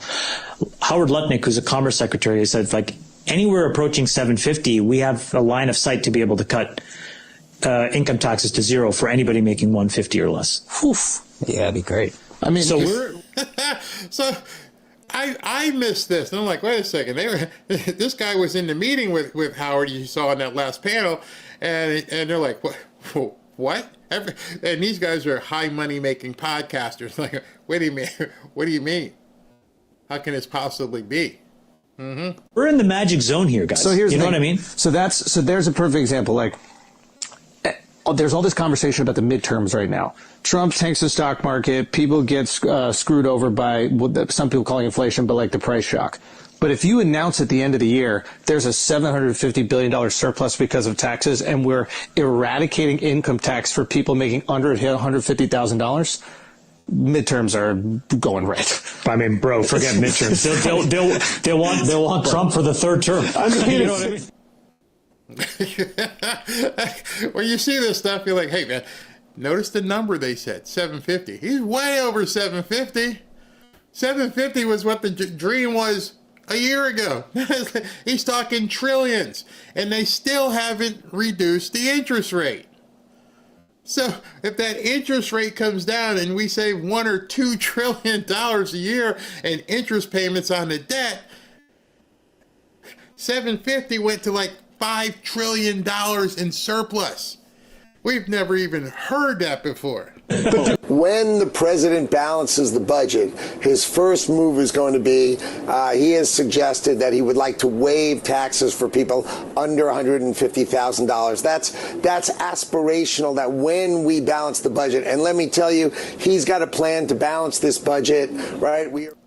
They were telling us the whole time. And I've been here with you guys, and I'm like, oh, that's pretty cool. And I remember playing this clip. And I'm like, oh, that's pretty cool. See if he can make it happen. And damn if they didn't. They actually made it happen. And then they went over to they got $550 billion from Japan, and then they get today $1.6 trillion. On top of all the other stuff they got. And more letters going out tomorrow. Going to take $1 trillion out of the waste, fraud, and abuse of all of our entitlements and all of our systems and all of our waste, and then we are. Yeah, I forgot. Yeah, the Doge stuff too, where they clawed all that money back. Now that who? Wally is Nigerian. He's fired, and go get all this money. Oh, we're not paying this. We're not paying that. We're not paying this. No, that's not getting sent out. Oh, the Supreme Court says he can do it. He can do it. He can do it. He can do it. And nobody has been paying attention to the numbers associated with the wins he's been stacking up. They needed to have like a clock or something showing like how much everything. And of course, the media's not going to talk about it. Nobody's paying attention to him. He's a loon. The orange man's crazy. And he's been talking about this for, I don't know how long. Well before they even got involved in the campaign, probably. He probably had been coming up with an idea. And he brought Howard in and said, hey, what do we need to do? And Howard at one point said, I think we could do away with income tax. No way. No way. I think way. Raise $1 trillion. That's the Trump card. The Trump gold card is going to be a huge revenue producer. Tariffs are going to be a huge revenue producer. And then getting rid of all the tax scams like Ireland making $75 billion budget surplus. We've got all the ships of the world having Liberian. I mean, imagine a Liberian flag so they get out of paying U.S. taxes. You cut all that stuff out. You got a balanced budget. But on the way, we're going to cut no tax on tips, no tax on overtime, and no tax on Social Security. So the man's been telling us this. So this is today. Those are all past history. Here's what I was looking at some of the comments. I'm sick of high interest rates. Yeah, Trump's actions speak louder than all the Democrat BS. Goodbye, Democrat. I get where you're coming from, though. Yeah, it's it's looking that way. American confidence is back. Lower the rates, Powell, you rat. See, the Democrats know that's pretty much their last bastion. That's why Powell is looking so weak and insecure. It's not an if. That's why President Trump's like, hey, he'll be gone in a couple of months. Yeah, he'll be gone. I don't care. Stay there. I ain't got to fire you. Everybody can see it now. You're the one that's holding the economy back. You. You and your cronies. And in about less than a year, you're going to be out on your ass. And then watch what happens. I can wait. I can wait like 7 or 8 months to see what happens, because then you're going to be gone. And so you might as well do it now. Save us all the problem. So this was Howard today. Our revenues are amazing, right? $700 billion a year. That's just net new money the government never had before. So you take that every year for 10 years, that's $7 trillion. And then what they're not counting is the way the president is smashing open these markets. You got every market, right? Japan, Indonesia, Vietnam, you name the deal he does, and he opens that market. That's going to have export growth, right? Never before has our ag and our industrials actually had access to these markets. You know, we're meeting later today with... Right, so when he's talking about incremental revenue, If agriculture, meat, and automotive have never had the ability to sell into Europe, do your own thought and go, what would happen if people could buy American cars in Europe? How many gazillions of dollars would America make if they could sell cars in Europe? Many of you may not have known we couldn't do that.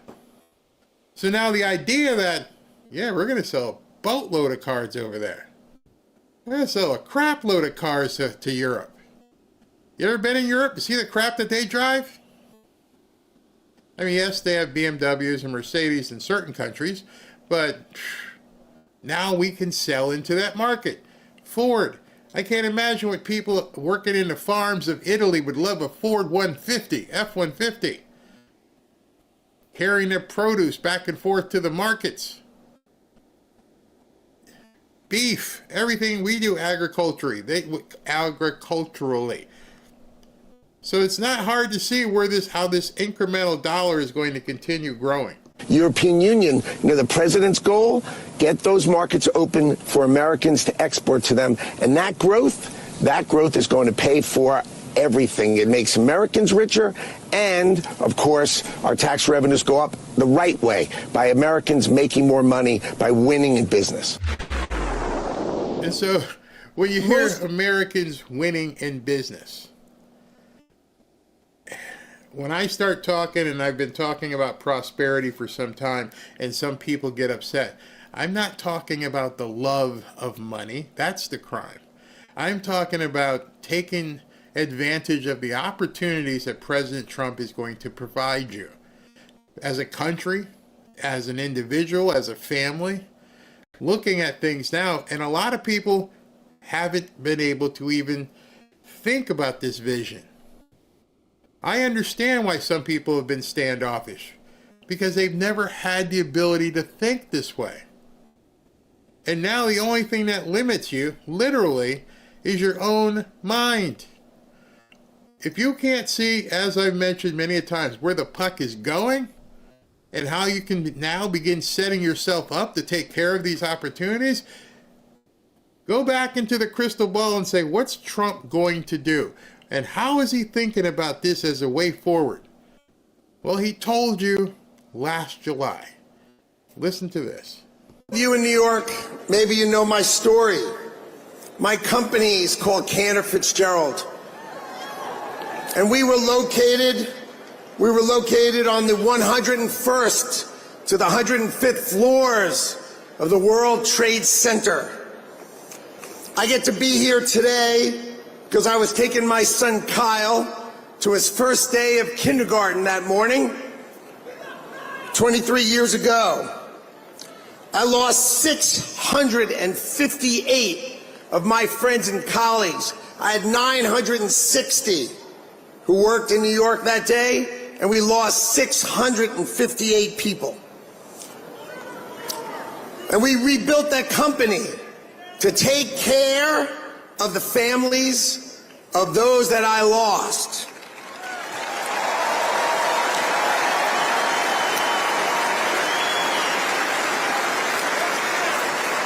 So we took care of those families.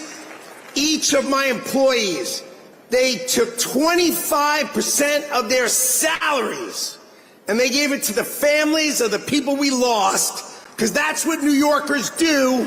And we gave those families $180 million.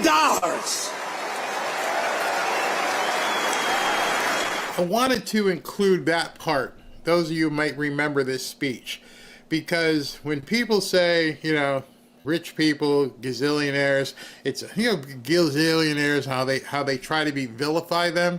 I've never heard Bernie Sanders, Kamala Harris, Joe Biden, on and on and on, ever get up in front of a crowd and say, here's what we did to make sure people were taken care of from my own pocket, not government. I don't want to hear that you created some program. What have you donated? What have you done to help people? So as you're looking at this guy who's a billionaire, it's a different lens at this point in perspective, because he has taken money out of his own pocket to help the families of the people who were killed at 9/11 that worked for him.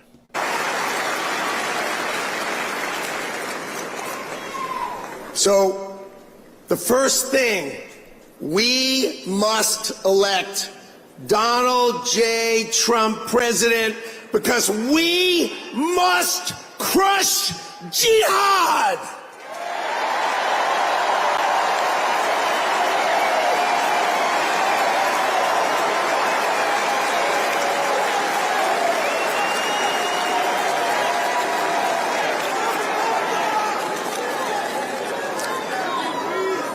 I love this city.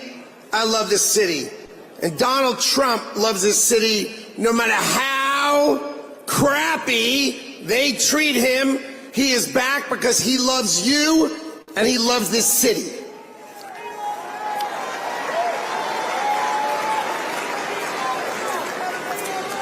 We all say, make America great again. But let's just go over for a minute what that means. Because we all say it as a slogan. When was America great? At the turn of the century, our economy was rocking. This is 1900, 125 years ago. We had no income tax. And all we had was tariffs. All we had was tariffs. And that's where I got it from. You guys hear me say it a lot. This happened way before the election, and that struck me. We had so much money because of tariffs. And so now you've seen this whole thing come to fruition, and he said it right then. I don't think any of us realized they're actually going to go for this. This is going to be their holy grail. They're really going to try and do away with income tax. And nobody thought it was possible. And here we are 6 months later. And we had so much money that we had the greatest businessmen of America get together to try to figure out how to spend it. That's who we were then. But then we had World War I and we had World War II. And we felt we had a duty to rebuild the rest of the world. So here's what we did. We took down our protection. We took down our tariffs. And we turned instead and we taxed Americans so that we could export the power of our economy and save the rest of the world, which we did. Now let me ask you a question. What decade should that have ended? And I love how he put that. We did it to take care of the world, and why are we still doing it?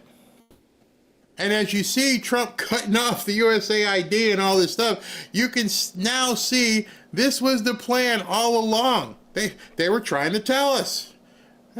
When are we supposed to end this? Now. Now is when we're supposed to end it. We're done. We're done. We're taking care of America. Did it have ended in the 80s? The 90s? 2000? What in the world are we doing? We're letting the rest of the world eat our lunch. And it is time to make America great again. You know, some people may be watching this and seeing the videos I strung together. I don't have any other explanation for what you're seeing other than the execution of a plan that they put together years ago. They knew exactly what they were going to do. They've told us what they're going to do. They've told other people what they're going to do. I don't think anybody realized they're actually going to do it, aren't they? Yep. And they knew going in, hey, Elon, I need you to take these Doge guys, find all the fraud, and start snipping, chop, chop, chop, chop, chop. All right, I'll do that. Hey, Howard, I need you to find these countries that we're upside down with and make them start paying us. Analyze what the tariffs are, what's going out, why is it going out, how come nothing's coming in? Hey, NATO, go screw yourself. Start paying up. You guys forgot about that part. NATO, we were way upside down. We were paying for the rest of the world's protection. And they had an agreement in place.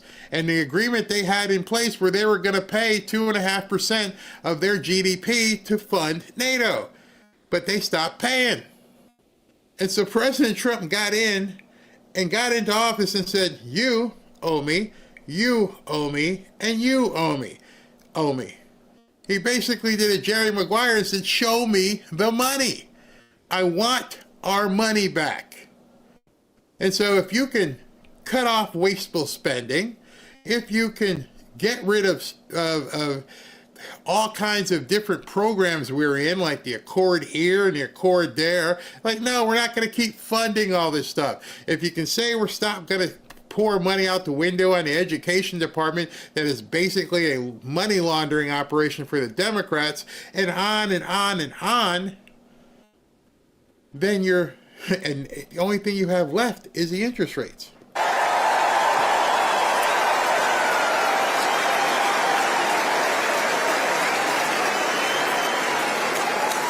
All right.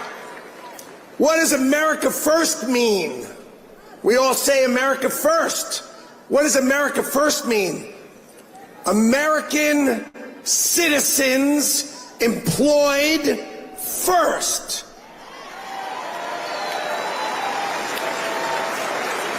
NAFTA, Bill Clinton's favorite I hate Michigan move. Open the border, take all car manufacturing and move it to Mexico, and screw over everyone in America who works in the auto industry. We don't make cars here. I mean, they make our cars in China and ship them here. It's got to end. So when he says America first, let's be crystal clear. He is saying employ American citizens first.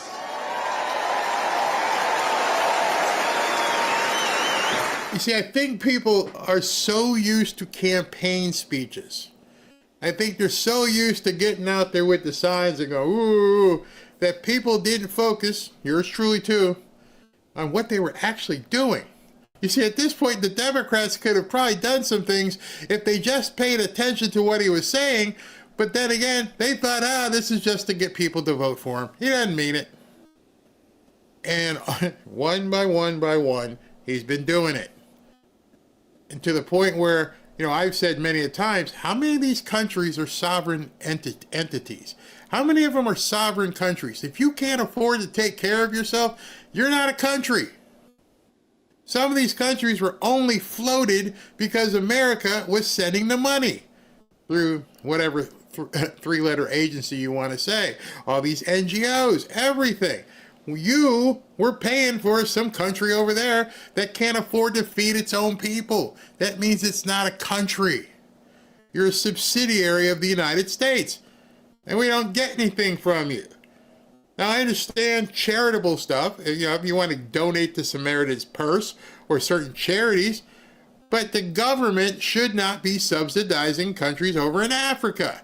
Not when you got people sleeping on the street here, and nobody ever wanted to address that. It's bad. And then they let in 20 million people who aren't supposed to be here on top of everything. See, their plan was easy to see, but the only reason they were allowed to do it is because we couldn't stop them.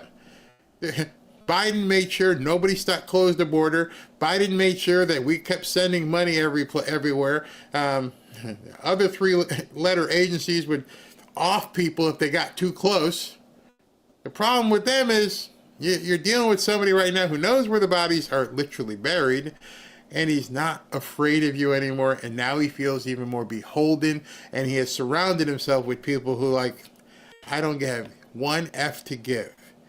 See, one of the reasons why President Trump probably assembled the cabinet he did was to make these people bulletproof to the point where they're not susceptible to bribes. You can't bribe Howard Lutnick. I got a couple billion. You can't bribe Bissett. You got a couple billion. You can't bribe these people because they already have everything. They're taking a step down to be in the jobs that they're in right now. I can make your government salary. I don't care. It doesn't mean anything to me. You can't bribe people who are unbribable. You could bribe an Obama. He came from nothing. He had nothing.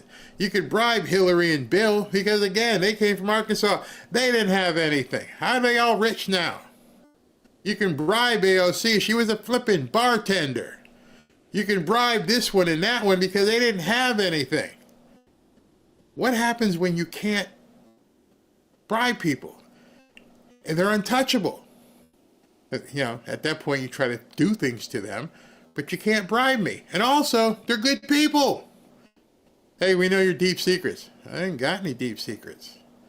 I helped 680 families who got killed. I paid for all their stuff. You can go look at my past. Scott Bissett. Yeah, I'm gay, but other than being gay, I don't have anything you can throw up about me. Oh, let's go after Pete Hegseth. He liked, when he was single, he liked to play around with chicks. Said every man in the world. All the smears that come out because they think they're smearing people who can be smeared. What happens when you don't have that, quote, leverage against other people? Especially when the president is like, yeah, I was a playboy in Manhattan. What else you got?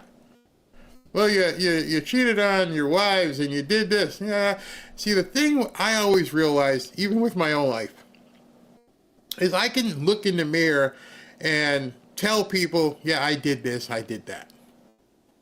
But you're not going to sit down and take it when people accuse you stuff of what you didn't do. Yeah, I did that. Yeah, I did. Okay, I did that. I didn't do that. I wasn't in no apartment, a hotel, and having hookers pee on me. You guys stupid? No, I wasn't in some department store and saw this E. Jean Carroll person. No. Because I got enough baggage. Yeah, I said, I'm famous and I can grab them by the you-know-what. Have you never been in a locker room? That's a part of the problem.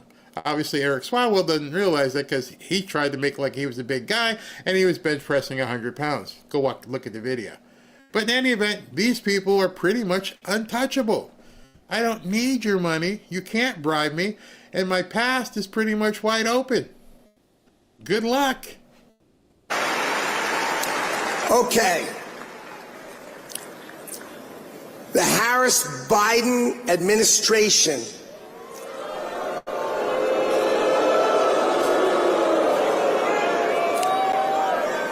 has set us up with a $6.5 trillion spending budget on our taxes of $4.5 trillion as they screw our children's future to the wall.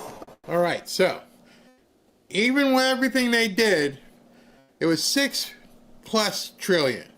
We're only bringing in $4 trillion. So they knew going in, if we want to turn this around, we got to get rid of this $2 trillion. We got to figure out how we can shift this the other way. And that's what they've been working on. And it's funny, SV posted something, which is very interesting. He said that the European leaders are fuming over massive Trump EU deal. Some European leaders are melting down after Trump dropped the deal so one-sided. It's being called a disaster and scandalous. Oops. So now let them fight amongst themselves, or let the EU break apart. What happens if the EU breaks apart? What if France says, I'm not going to be a part of this? Or Germany goes, I'm not going to be part of the EU. She made a deal, I don't like it. And they all start breaking apart. That's still a win. That's probably an even bigger win. Now I can go to each one of y'all and say, pay up. So now they're quite quandary at this point. She cut a deal, they don't like it. Good luck. We lose $2 trillion this year. $2 trillion. And Donald Trump is going to build the greatest team to ever walk into government, and we are going to balance our budget.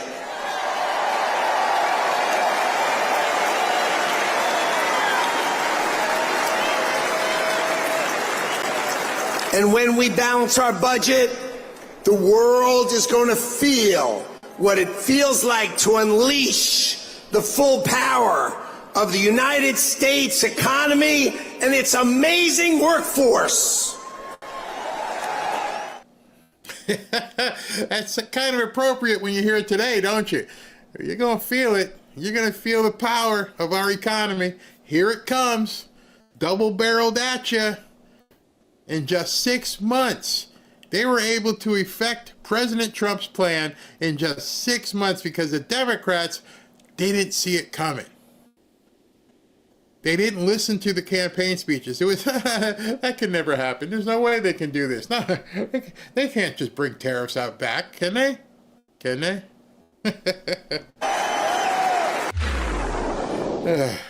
So I just wanted to put that together for you, let you guys have some thoughts on things, and you know, give you something to think about tonight. Talk about with your spouse or your friends and go, man, is it possible we could have no taxes under 150 grand? Is this really what they had planned? Now you know they did. Now you know specifically that was the plan all along, and now we're seeing it happen. Excuse me. Again, let me talk to you guys about this knife here. Many of you have seen from Patriot Addict the Trump Red Knife. That's the Trump Red Knife right here. Good knife. A lot of people have gotten it and said they really like it. So they came out with a new product, and this new product is the Trump, there it is right there, the Trump Signature Blade. Pretty cool packaging, how they put this together. Knife is pretty much the same knife mechanically. It has all the same features, quick release and everything else that's got it. But the difference is it is painted differently. It's got 45, 47 on it. It's got flag. It's got a different aura to it. Most importantly, it's got a stencil on it where it's got President Trump's signature on the actual blade. And it's very, very, very, very, very sharp. Sharper than the other one, I think. You can get this knife for free. All you've got to do is go to the QR code right here and order it up, and you will get it. And it is a special just for the Fanfare community. Why are they doing it? Because you guys have been so good in helping them and helping this channel grow. They're offering this knife for free. Now the catch is, if there is a catch, is that you just have to pay for shipping. Shipping being about 14, 15 bucks or so. And that's it. No subscriptions. No ongoing fees, don't have to sign up for anything. Just go to the QR code right here and you can pick up this knife for just the cost of shipping. It regularly retails for 70 bucks, but that's all you do is pay the shipping and they'll get it out to you pretty quick. And I trust me, just from all the different people who have written about it, you're gonna love it. You're gonna love it. Thanks guys from Patriot Addict for helping out with the show. All right, so you got a lot to digest.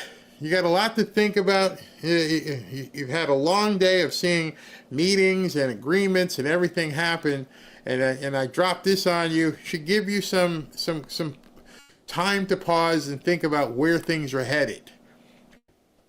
Earlier, when they were sitting there with Ursula, he said in 2 weeks we're going to be talking about something else having to do with chips. In addition, August 1st is basically 4 days away. Something's going to happen on August 1st. So as you're watching at home, you need to be watching this like you're watching a football game or a basketball game or a baseball game and keeping a scorecard so you can see all the different moves that are happening. They are basically doing what they said they're doing, and people haven't been paying attention. Now you can see where it's headed. You actually have a roadmap, or rather an overhead view as to where the puck is headed. Pay attention to it. Don't be like one of these idiots who, there's nothing for me. Well, actually there is. A whole lot. And it's one of the reasons why I keep talking about prosperity, is because those who want to go for the brass ring, you're going to have the, quote, opportunity to do so. All right, Barry, thank you for all the information we forgot and helping us remember. Yeah, no apologies, because This is crazy what's going on. Unfortunately, libs have convinced a lot of people that the wealthy are out to get you. Yes, they have. Yes, they have. And now it's going to get worse for them. Here's something else. Let me tell you it's worse. It is now July 27th. Football camps open this past week. We're heading into football season. And not only NFL, but we're also heading into college. And so for the next, I don't know, from now until February, people aren't going to be paying as much attention to politics. It's just natural. Thursday night football, Friday night high school football, Saturday college, Sunday NFL for the next 5-6 months.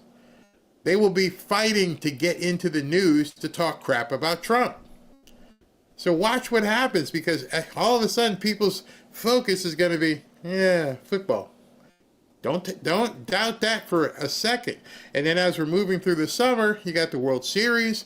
All these things are happening right after the other. Even from my background in advertising, everything changes basically from August 1st on out.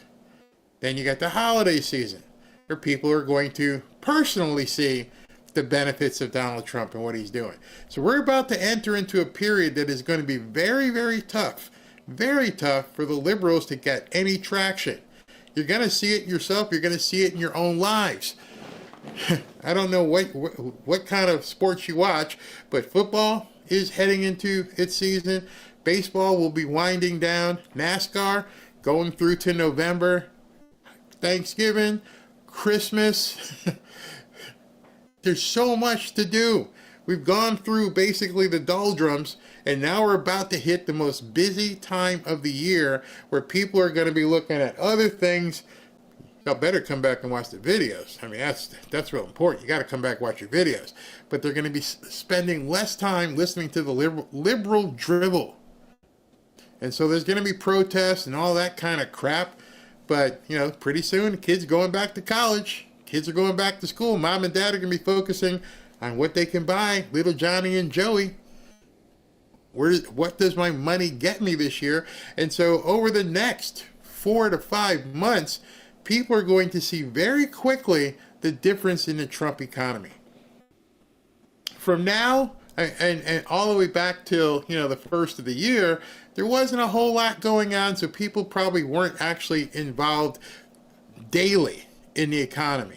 Watch what happens moving forward, because people are going to be traveling more, they're going to be entertaining, they're going to have guests, they're going to be going to games, going to stadiums, tailgates, they're going to be going everywhere. And so now people are really going to begin feeling it. And so the Democrats they're in a real bad way, because you're going to enjoy the rest of your summer and then right into whatever activities you like to watch. It's coming. Kim Williams says, I stopped watching sports when they started kneeling or protesting the national anthem. Maybe you might want to tune in. You see, one of the things that President Trump has allowed these teams to do is not to be under the auspices of the Democrat Party. Even the NFL is starting to come around. Like, players are doing it. I don't know. Somebody posted the other day, and it said, do you want to know how back this country is? This country is so back that EA Sports, who makes one of the best, football games on Nintendo and PS3 or 4 or 5, whatever it is, they incorporated the Trump dance into the end zone celebration. Let that sink in. You got the players in the game doing this. It's a whole different world. So if you abandon sports because of the kneeling, now might be the time for you to go back to that favorite team. And in fact, who knows? The Washington team may end up changing their name back sometime soon. The Cleveland team in baseball may end up changing their name back sometime soon. Yeah, my husband just got a job making a heck of cash more than he's ever made. Good for you, Melissa. Good for you. I'm happy for that. I don't watch sports. Okay, each his own. Other people will be. Let me see here. Great game. Yeah. PS3. I know I dated myself by saying PS3. I don't even have time. I bought a game for my grandson and I hooked it up, and I haven't, when we went to visit him in Orlando at a hotel, and I brought it home and I haven't even hooked it up because I don't have no time. By the time I'm here, I'm going to spend every moment with Robin. Let's see here. It's time to run Powell out. I can concur with that. I love our talks about prosperity because no matter how much you got, you could always use some more. And even if you think you have enough, imagine being prosperous enough to go, hey, you know what? I've done very well, but let me help people out. Think about what we're doing, Robin and I. We're handing out Bibles. We're buying Bibles and we're shipping these Bibles out. We're slowly, but we're getting them out. Because we can afford to help people at this point. Hey, here's a Bible. God bless you. That stuff ain't free, but because of Trump, because of this channel, we can do it. So even if you think you have enough, there's probably a project you can put together to help somebody else. Go watch a Little League team and see if they need new equipment. There's always something you can do. Somebody goes, I still have Tecmo Bowl. Oh, no, you don't. You don't have Tecmo Bowl. See, Severo, you're trying to get me in trouble. I can't even say it. They get all pissed off up in here. Roll Tide. Absolutely. Barry, what a positive future we all have to look forward to. I'm excited about it. Now I have something to think about. That's the whole idea. Think. That's the whole idea, to be prosperous above and beyond to help others. Exactly. That's when you realize it's not about the love of money. It's the money and what you can do with it. Even if you're fine, you can help other people. Yeah, I love that. Somebody goes, I have a PS3 too. About the only game I played on it was Skyrim. I don't have a Tecmo Bowl anymore, but I loved me some Tecmo Bowl. That was, of course, you always like to play against somebody who doesn't know what's going on, and you would always pick the Raiders because of Bo Jackson. If you guys never played Tecmo Bowl, Bo Jackson was like the Terminator back in that game. Let's see here. Hey, Toy, President Trump's promises are coming to light. Yeah, they are. Go Jets. Yeah, you might have a season issue. Here we go. Fighting Irish. So right back here. Yeah, there will be a banner for my Irish. Oh, by the way, Robin and I, we have found where we're going to go, where the new office will be. We're hoping to sign a contract Monday or Tuesday, and then we'll have some serious fun with our background and everything else. Yeah, Bo Jackson was a beast in Tecmo Bowl. See, I know some of you guys say you don't like sports, but some of you guys are in here saying, yeah, I remember. Bo Jackson. Skyrim says Skyrim is still goated today. Somebody's looking for the Raider Nation in the chat. Yeah, there's some Raider fans up in here. There's definitely some Raider fans. All right, so I want to close by just saying something that we play all the time, but now should take a whole different meaning to you. Breaking news into the... We're going to win so much, you may even get tired of winning, and you'll say, please, please, it's too much winning. We can't take it anymore. Mr. President, it's too much. And I'll say, no, it isn't. We have to keep winning. We have to win more. We're going to win more. Yeah, winning. Lots of winning. Much, much winning. We didn't know it was going to be this kind of winning. You know, somebody had posted something in the taxes that, you know, it's only helping 85% of the country. So somebody actually posted that if he does away with taxes for people making under 150, it only helps about 85%. Only. It's like looking at the most beautiful woman in the world and saying, wow, she's got big ears. It's only going to help 85% of the people in the country. You mean the people who need it? Wow. All right, let me do super chats and then we can get the heck out of here before tomorrow's show. Ashley's got me busy with interviews this week, all kinds of interviews. I still got interviews in the can and everything else. So it's going to be a fun week to see what happens and how things shake up. The Sunday shows were pretty crazy. It was amazing to me how they ignored this entire thing. Maybe they'll cover it tomorrow. I don't know. We'll see. All right, let me do super chats. Move this over here. And there we go. All right, here we go. Alice A10, thank you very much. Naomi McCormick, can we get a round of applause for the bystanders that took down the attacker in Michigan? Oh, yeah, we can. Yeah. Funny how the good guy with the gun took down the bad guy. Absolutely. My only problem with that is they should have just taken him out. He was holding a weapon, right? Yeah. Sorry, he'd leak it. Dave Rattan, Canada. Sadly, our military over the years fought for the freedom to live the life they do. My grandfather would roll over in his grave if it was possible. Dave's up in Canada. I don't know what's going to happen up there. Stephen Anderson, German Swarovski scopes at cost, Austria. Remember Mike Rowe? Yeah, he's going to be doing a lot. Like I said, he mentioned that there were 500,000 electricians expected over the next couple of years to be needed. Dave Rattan again. Legacy media or a joke can't focus on real news happening right in front of their nose. Because they have to keep those people in the dark. Stephen Anderson, Soligen steel is the best in the world, out of Germany. Okay, I didn't know that. Chapo, 15% of the country won't hear about these deals. That's all the media exposure is. Most people are informed online. Even my Democrat acquaintances know. And that's what I was talking about in terms of what's going to be coming over the next couple of months. Because now the things that they're used to doing, the quality of life and what is going to be different. I can't wait to see what the retail numbers are this Christmas. Going to be absolutely crazy. Crazy for sure. The media will never surrender. They're going down like a sinking ship. Did you hear anything about Sean Hannity resigning? No, I did not. No, I did not. I'll look it up real quick before we go. Did you hear that? Let me know if anyone else. SV, if you see that anywhere. Papa G95, tech jobs start right now. High school needs to be there again. They need to start training these kids.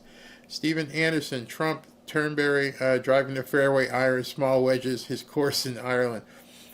He loves those courses. Hey, Barry, don't forget the Q&A about crypto. Yep, I'm working on, Ashley's working on signing somebody up for that.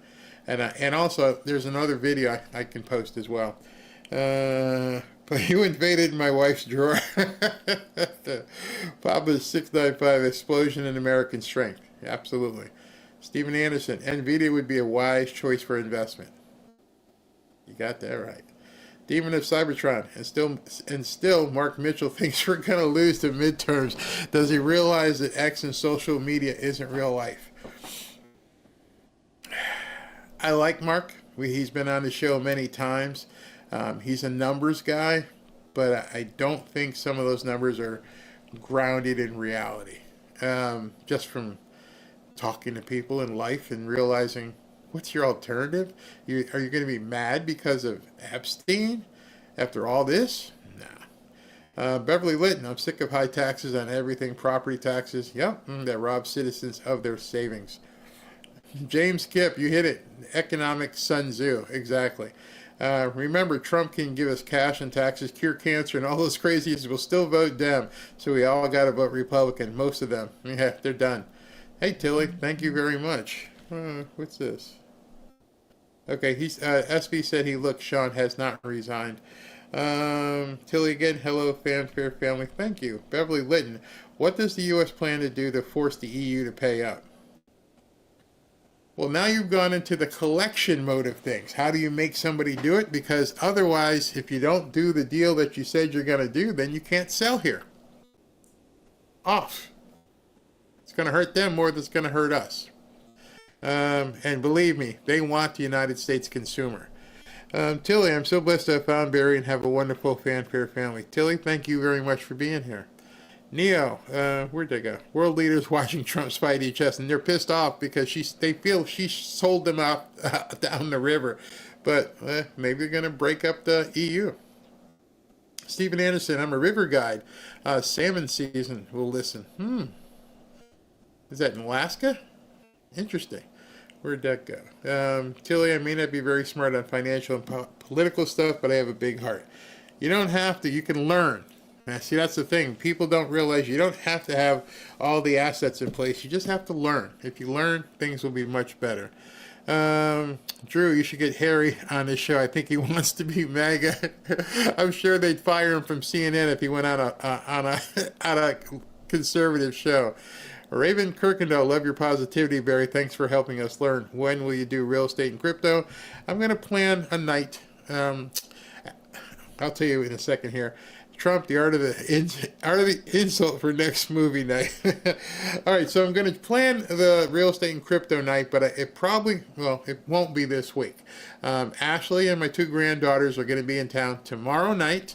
Not sure if I'm going to be able to get shows in. Well, I'm not going to be able to get shows in most nights. I'll have to make sure I do a day show because we have plans every single night with Ashley and the grandkids. We're going to do, and plus it's Ashley's birthday on Wednesday, and so we're going to really make sure she has a good time as well. And so I'm going to have some fun with the grandkids and of course my daughter. So we won't be a whole lot of stuff going on at night. Maybe later at night when everybody goes to sleep, might do some stuff there. And wait a minute, something came in from Marie Havazita. Please use for Bibles. Oh, and with that note, let me just tell you guys, the link should be working right now. If you'd like to request a Bible, go to fanfareshop.org /Bible, and you can go ahead and request a Bible.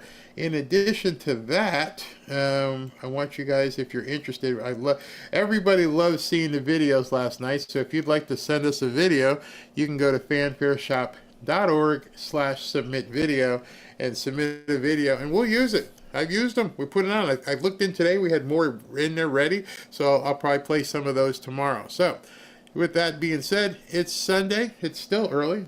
Here, the sun's still shining. Why don't you guys go spend some time with your family and start thinking of all the different opportunities you have in front of you. There's going to be a whole lot. And like I said, the seasons are coming up right now. You got the end of baseball. Well, not end, but baseball season will be ending throughout October. You got football camps starting, college and NFL.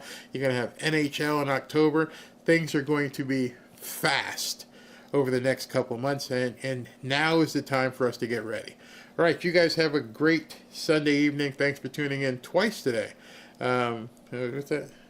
Yeah, okay, I was just looking. Somebody's like, no taxes on 150 or less? Yeah, that could happen. That could definitely happen. All right, we'll talk to you guys tomorrow.